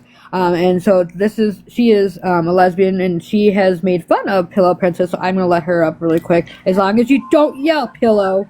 I'm going to use my library voice. Okay, hey, Jonathan, I will just let you know, you just made my night because that piece of big back Beck use your good words. That I am, that I was unnatural and I needed to seek a man because no man would ever want me, and that's why I am a lesbian.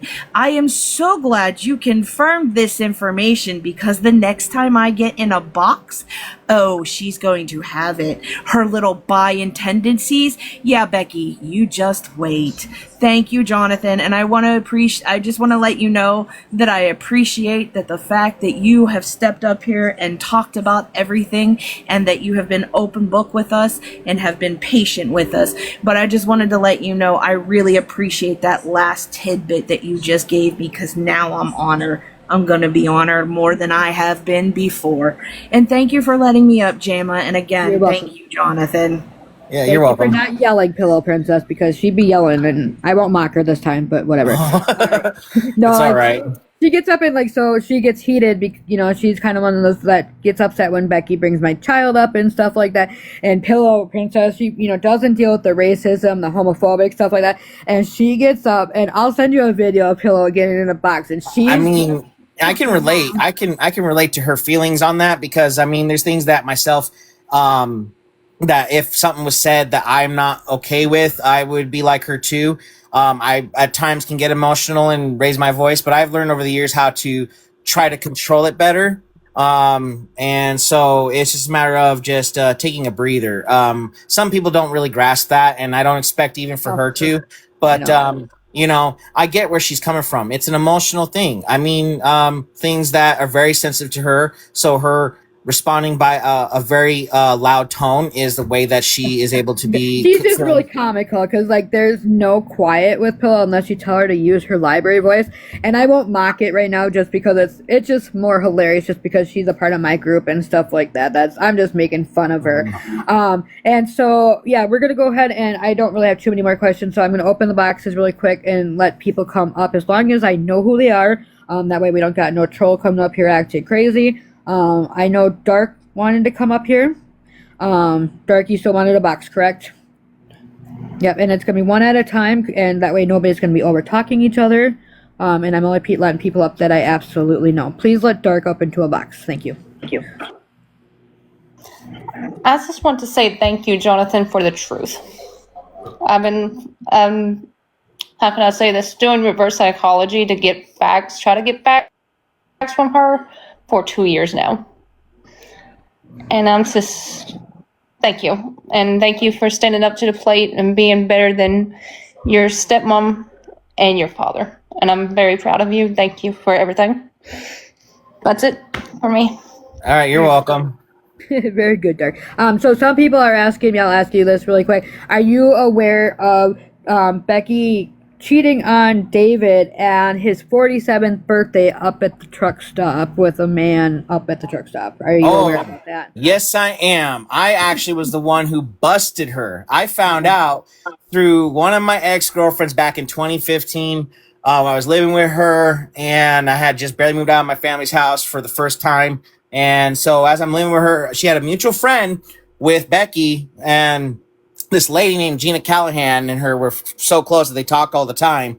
And I guess they came up with this idea that Gina Callahan wanted to have a threesome with Becky and this truck driver, because Gina was into the truck driver more than Becky was, because Becky had no idea until Gina told her about him. And I'm hearing about this one day when Gina came over to visit them, me and my ex at the time, and she's telling us all about this, that they had an arranged plan to go and meet this truck driver at the truck stop. And so when this is all happening and everything, I'm hearing about this. I'm like, oh, really? I'm like, okay. I was like, does my dad know about this? And Gina was like, well, no, he can't know.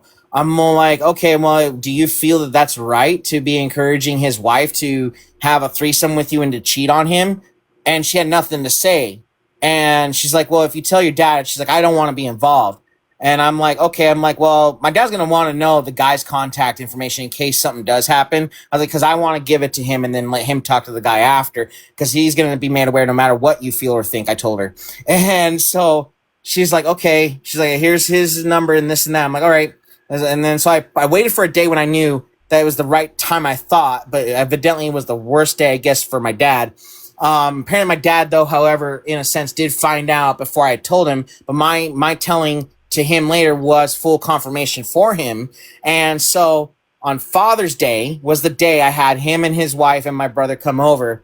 And I was like, hey, Dad. He's like, what? I was like, I got to tell you something. So then I told him, and he's like, oh, really? And so I come to find out, though, it was actually true that instead of Gina, though, had gone with Becky and then decided not to show up and do the threesome, well, then Becky went anyway and went to meet the guy and let him screw her in the truck of his semi in the back. Was it a Dodge? Do you know? Did she get raw dogged in the Dodge? So that's what we really need to know. I don't know, but I can imagine her size. Probably that's the only way. I mean, because like, so we made a song about. There's a song about it. That's why I said it, and that's why people are in the comments. They're like, please tell me it's a Dodge, because there's a guy on here. His name's Keith, and he made a. I'll send you the song. It's absolutely hilarious. So that's just like inside of our little Becky humor. And so I will send you that the freaking like you'll understand. Yeah, but no, yeah, I ended up giving him the guy's phone number, and they talked on the phone, and it got pretty heated. And so Dad said one last thing to the guy. He's like, how did you like tasting me when you were all on her? And the guy had nothing to say. I'm sure, like, and I'm just like, oh my God, I just realized, and then I thought about it, and I'm like, it's Father's Day, and I just told my dad this, like, basically been letting him know that his wife had cheated on him. Way to go, Jonathan. Nice present you gave him. yeah. It was not what I planned entirely. I get it, yeah. But I mean, I felt as a son that he had the right to know that he had a dishonest wife. Right, fair enough. Does anybody else want a box? If you want a box, please type box in the chat. I'm only letting people up that I absolutely know, because I don't want some troll up here, because I don't like trolls. You guys are doing so well with being so well behaved. We're not going to end it now, so, is anybody else? She said, I know, GD says, she doesn't give Becky doesn't put out it right now because she's not attracted to David, because he's an alcoholic. Oh, no, you're fine, Dark. It was fine. And so we talked about that, and then David popped off and was like, well, yeah, when I'm not drunk, you don't put out either, because you talk about your leg hurting. And then there's me up in the box thinking I was going up there to troll, and listening to this, because that was the time I was trying to offer resources. And I told her that she could just be a smart little girl and lift her leg up and put it on a pillow, and just fucking whatever. No, Becky can walk. How well can Becky walk? That is a good question. No, you're fine, Dark. Nobody even, girls, stop it. I'd say that when she walks, it's very slow, due to not because of her weight, but because of the injury. And her walk, not to make fun, even though it's going to sound funny and everyone can laugh freely if you all want, but to me, she looks like she waddles like a penguin. Yeah, that's what he said, the same thing. So she keeps on saying that she could not. And I actually found a video of her walking freely. And it's, just kind of a limp, definitely, too much weight on the legs kind of walk per se, when people are overweight, the different type of walk that they have just because, stuff like that. I don't think it's her legs that has the weight issue. And again, I'm going to re-emphasize on this. I'm not checking her out, but you can't help looking at something that's right in front of your face half the time. It's her butt. It's too big. It's like the song that says "Big Booty Judy." Right. I mean, fair. Okay, fair. Mama's got back. I got it. Okay, baby got back. All right. Anywho, does anybody else want a box? So they're asking, is Becky really racist? I personally have never experienced her say anything racist in front of me. But I think though from the one video I saw with my dad in the background and him saying some racial slurs and her, I think it's just more of like influence somehow based on her slow thinking ability that I think she just repeats what she hears, not understanding or knowing or quite grasping the whole concept of what's being said. And I don't think she's really trying to come off racist, but it is pretty messed up to even still repeat what someone else says. Right. Do you agree that Carl is openly racist? Because, I know you said your dad was, and, with his past and stuff like that. But what about Carl? Is he openly racist? Do you agree that he's racist? I could say that, Carl, is, I guess, has like a moment of a racial tendency to say something racist, but he's not racist because he has at one point in time, I remember he was trying to get with a native girl. So, yeah, I don't think he's racist if he was even going for someone that wasn't even of the same ethnicity. So just so you know, there's been times where he has said that if it ain't white, it ain't right. He says that he's glad that he is not the color of the underside of the bed. He definitely has said, he came in one day and he was working on his car and his hands were greasy and, oily and, black from, dirt and stuff like that. And he walked in and he told, Becky, he was like, while she was on live, she was like, look at my hands. They're, greasy and dirty. I'm turning into and then straight up said the N slur with the hard ER. So, just so you know, I mean, I know you've drawn yourself back from it so that, I understand you're not fully all up in the family, stuff like that. So I understand 100%, but I just want to let you know that he has definitely said some. He probably, like I said, I could tell you that he doesn't come off as a racist, but he will say things that are racist. Like Carl is the kind of guy that even when he was a kid, he always still kind of does have the moments of doing things or saying things of not thinking before saying or doing. Like he just does. Like it's just a thing with him without even a thought process. Right, mimicking his dad and stuff like that. And, but that definitely is still racism. And, because if you're not gonna stop it and you're condoning it, that's 100% racism and stuff like that. So yeah, very good. So let's see, anybody else want a box? I'm just kind of reading questions, but whatever. I know I did tell you guys freaking it. We know it's racism. It's 100% wrong, and that's why we call him out, and every single time. That's why we do what we do, because we don't condone that. My group does not condone racism or homophobia or none of that crapola. And then people are asking about, no, we don't. He's just talked about that. He said he doesn't think that Carl or David's going to get out on Thursday. And then so people are wondering what you think about Alexander and his, talking to the way he does to his mom, calling her a see you next Tuesday and running the house. And they want to know how aware you are that he talks to her like that, like he runs the house and stuff like that. How aware are you of that? That's been going on since he was like, I think 5 when that all began, and dad and his mom kind of like let that go on for so long that they didn't think of it much of a problem until he got older. And with that and his drinking and having a similar type of vocabulary is how I'll politely put it. Alexander just is in the mentality of, I think, believing that this is okay.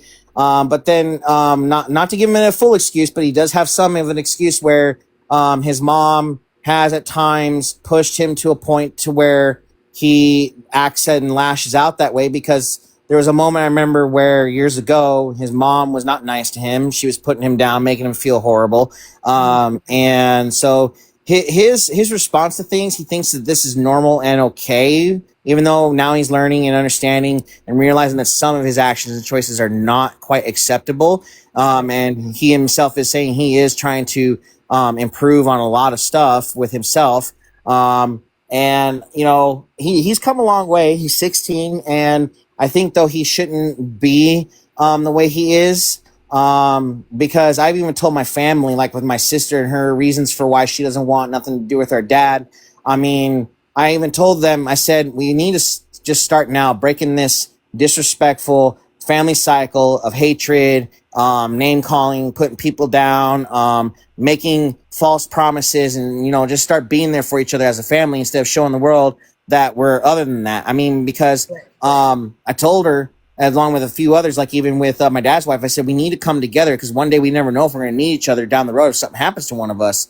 Right. And I think honestly, my family, excluding me, in this mindset is that I think that my dad and my sister and a few other family members just it's like when I say it back to them the way they gave me these values and these morals and ideologies of like proper way of living in life, that I think that it's went in one ear not the other, that they've taught me these great values that now it doesn't really matter to them anymore. It's like, I don't know, it's just like it's all in reverse here, where I'm spewing it back out to them, but they're not really caring to hear it, or if they're not really caring to hear it, they're just not listening. Right, exactly.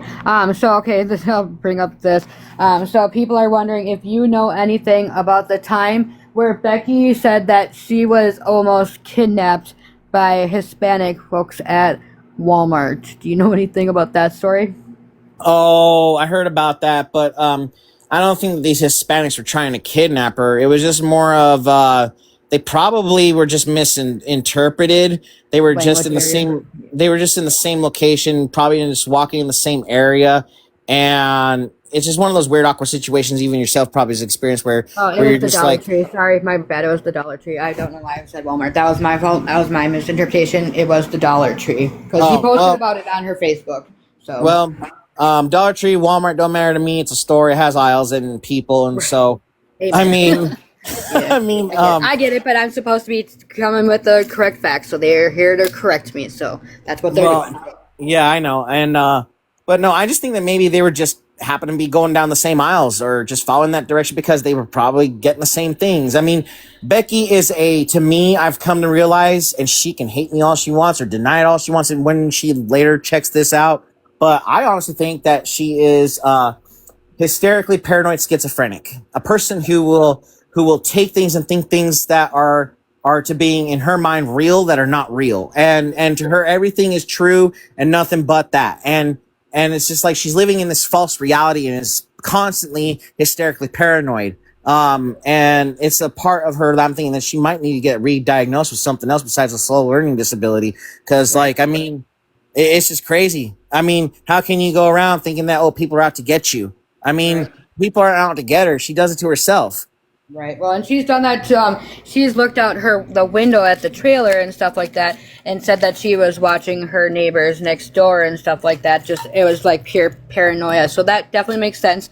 I see another question in the comments, and Karma wants to know how has his mom being in TikTok affected Alexander's school life. Have you heard anything about him being affected by her videos and her being the way she is and bringing causing problems for Alexander? I know Carl is like me in one way when it comes to our brother Alexander. We share the same care about him, that we do not approve of what is going on in their house. Carl is very frustrated with things that involves and affects our brother. besides just TikTok, it's an overall in general of a lot of things that are ongoing problem that Carl is a no to. He does not, I don't believe, agree with his mom using TikTok and the way she's using it. Because the lesson in life is that I bet he even, I can imagine, understands is that if you don't want people to be talking bad about you or knowing your business, then maybe you shouldn't be using the social media for that purpose. Because people, once they hear things about you personally, they're gonna, as you like to say, troll or just have like some kind of kick out of it.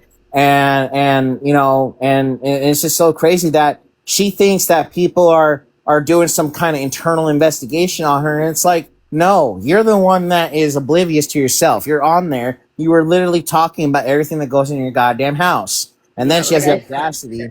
She has the audacity then to talk about me and my personal problems. It's like, okay. And then she twists the truth about certain scenarios and subjects. And it's like, all right, lady, you want this? Okay. This is what's going to happen is the way I'm looking at it. Because when she sees this interview, she's going to realize, oh, wait, I am this bad. And then again, even if she doesn't even realize it, or however she looks at it, she's still going to then come back around and still keep doing the same thing, still blame everybody else for her bullshit. Yeah, I believe that she's going to basically say that I, paid you to be here, and stuff like that.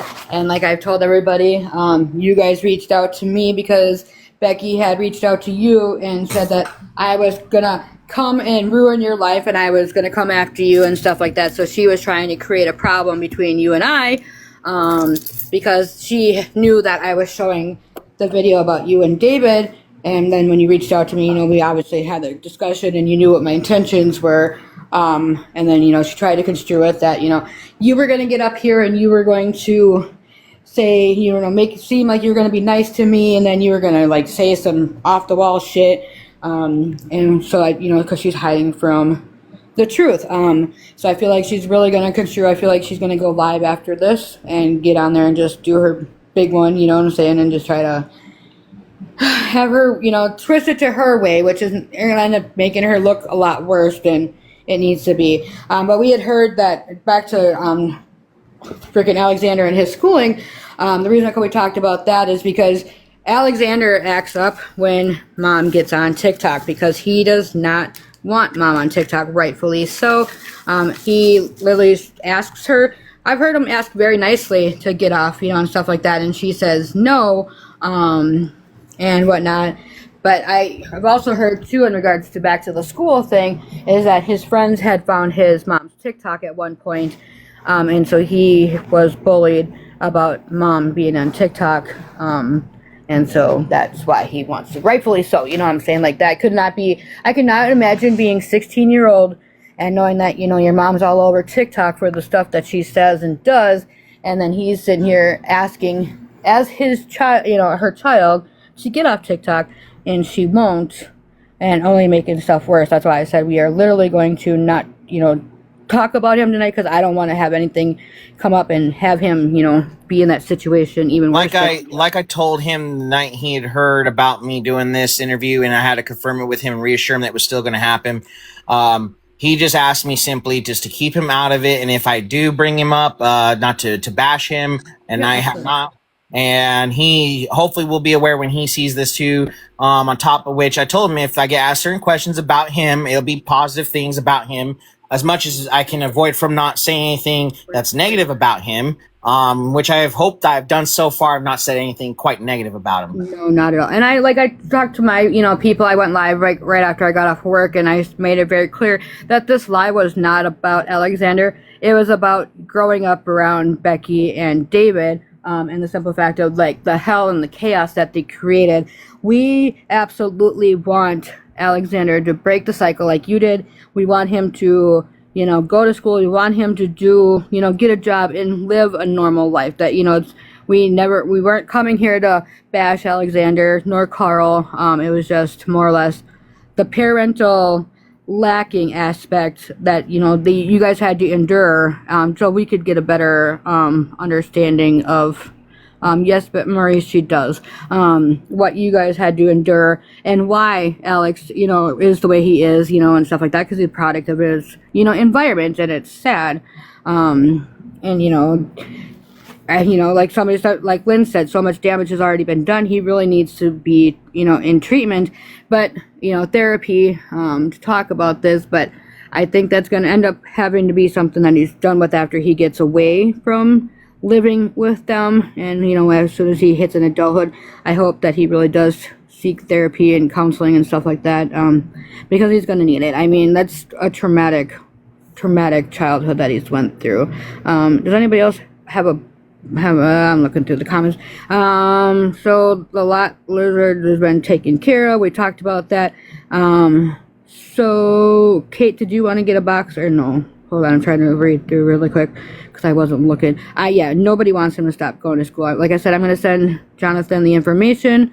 Jonathan will help Alexander. I guarantee he's not going to just let Alexander fall to the wayside.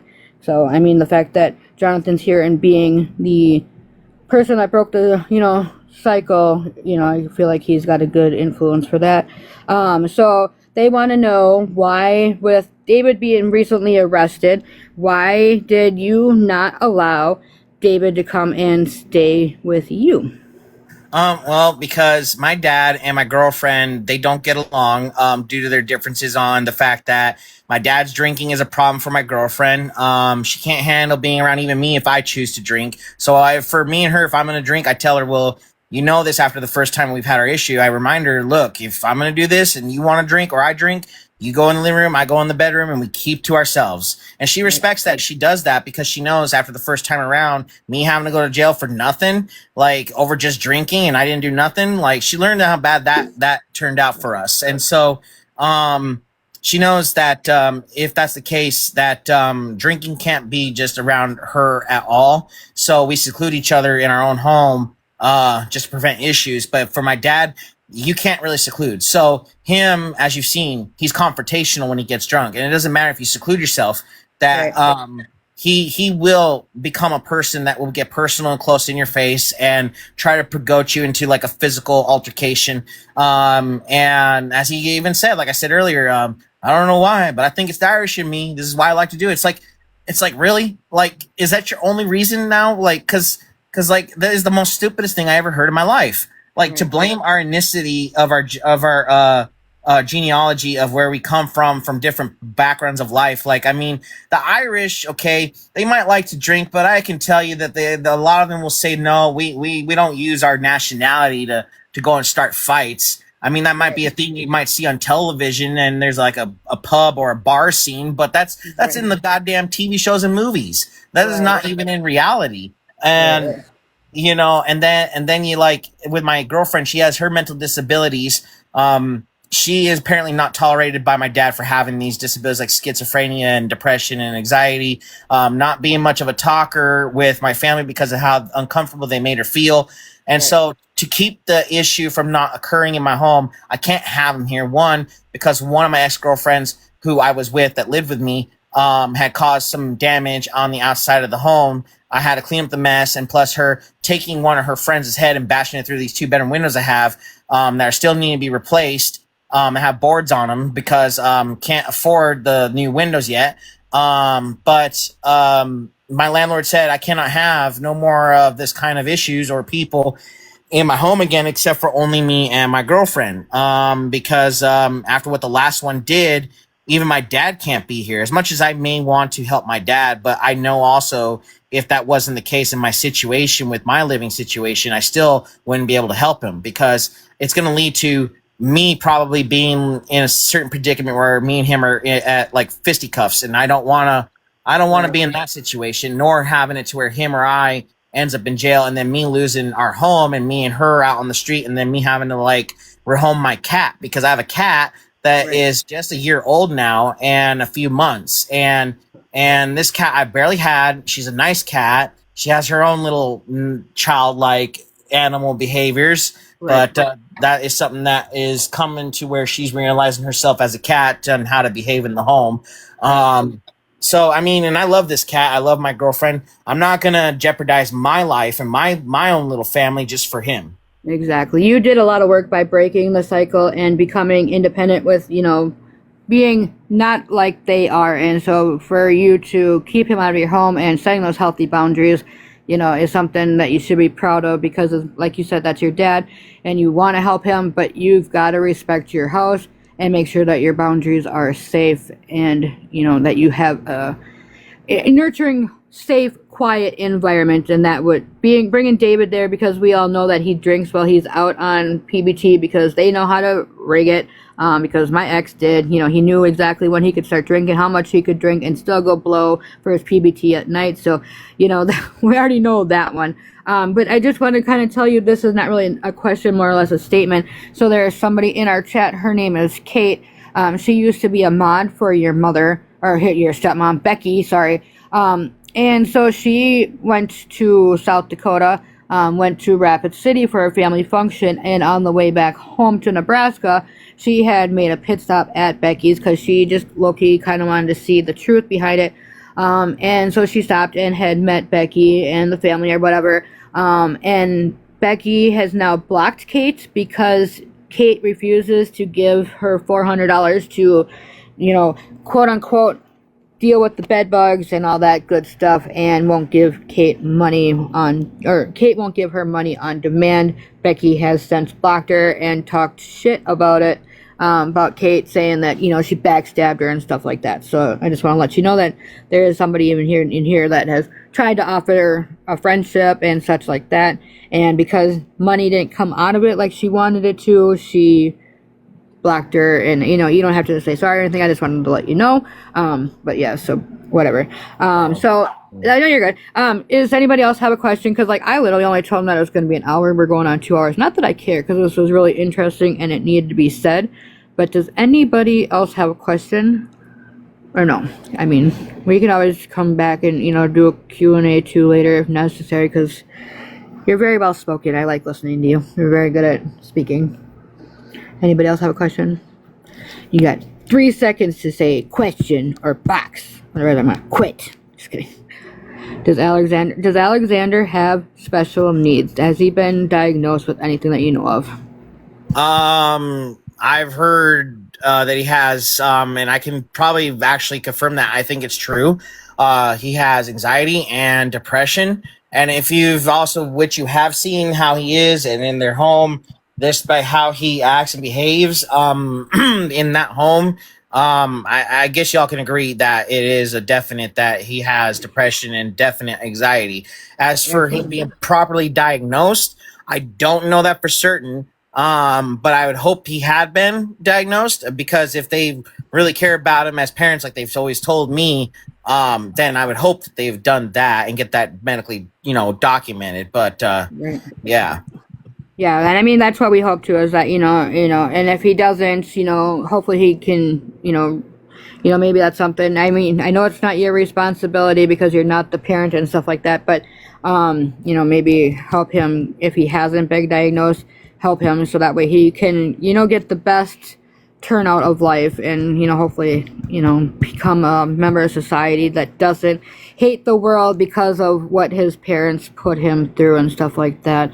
But I'm going to go ahead and I'm just going to say that we're going to wrap this up because, like I said, it was only supposed to be an hour, and it has been 2 hours and 20 minutes, which is fine, or whatever. But so I wanted to roll on this. I just want to thank you for coming up here, Jonathan, and taking your time out to answer questions. I want to tell the chat, thank you for being respectful and being amazing and not being disrespectful. Thank you to my mods for holding it down. And thanks for everybody for showing up. And, if we end up coming up with more questions or whatever the case may be, I'm sure we can schedule another time where we hang out and just kind of do whatever needs to be done. So they all are telling you thank you, thank you, thank you, thank you, thank you, thank you, thank you. They love you. They learned a lot. And this needed to be done is because, your mom has been a product of, Becky, has been a product of, TikTok for a very long time. There's been different groups that have covered her. So this answered a lot of questions for a lot of people. So this was very, very good. Very amazing. So awesome. All right. Well, I'm going to end this and then that way we can get back to our regular scheduled program. So is anybody going to guess on how long until Becky goes live? Are we saying 10 minutes? So what we're guessing? Awesome. Well, thank you, Jonathan. Thank you, Alvina, for letting him use your phone for 2.5 hours. I hope you're not bored as frick. No, she was busy doing something. All right. Well, and then I know all my friends have yes, I think she got her appeal. I heard she won her appeal, is what we have heard, but has not confirmed. So maybe she might still be nannered. I don't know, but rumor has it that she won her appeal. So I guess we will find out. No. But all right, I'm going to end the live so that way we can get over. No, Sarah, go fly a kite. This will be posted on the YT. The Real Llama will post this. She is my professional photographer because I'm famous. No, I'm just kidding. But if you want to start it and watch it from the beginning, it is going to be on the YT on the Real Llama shortly.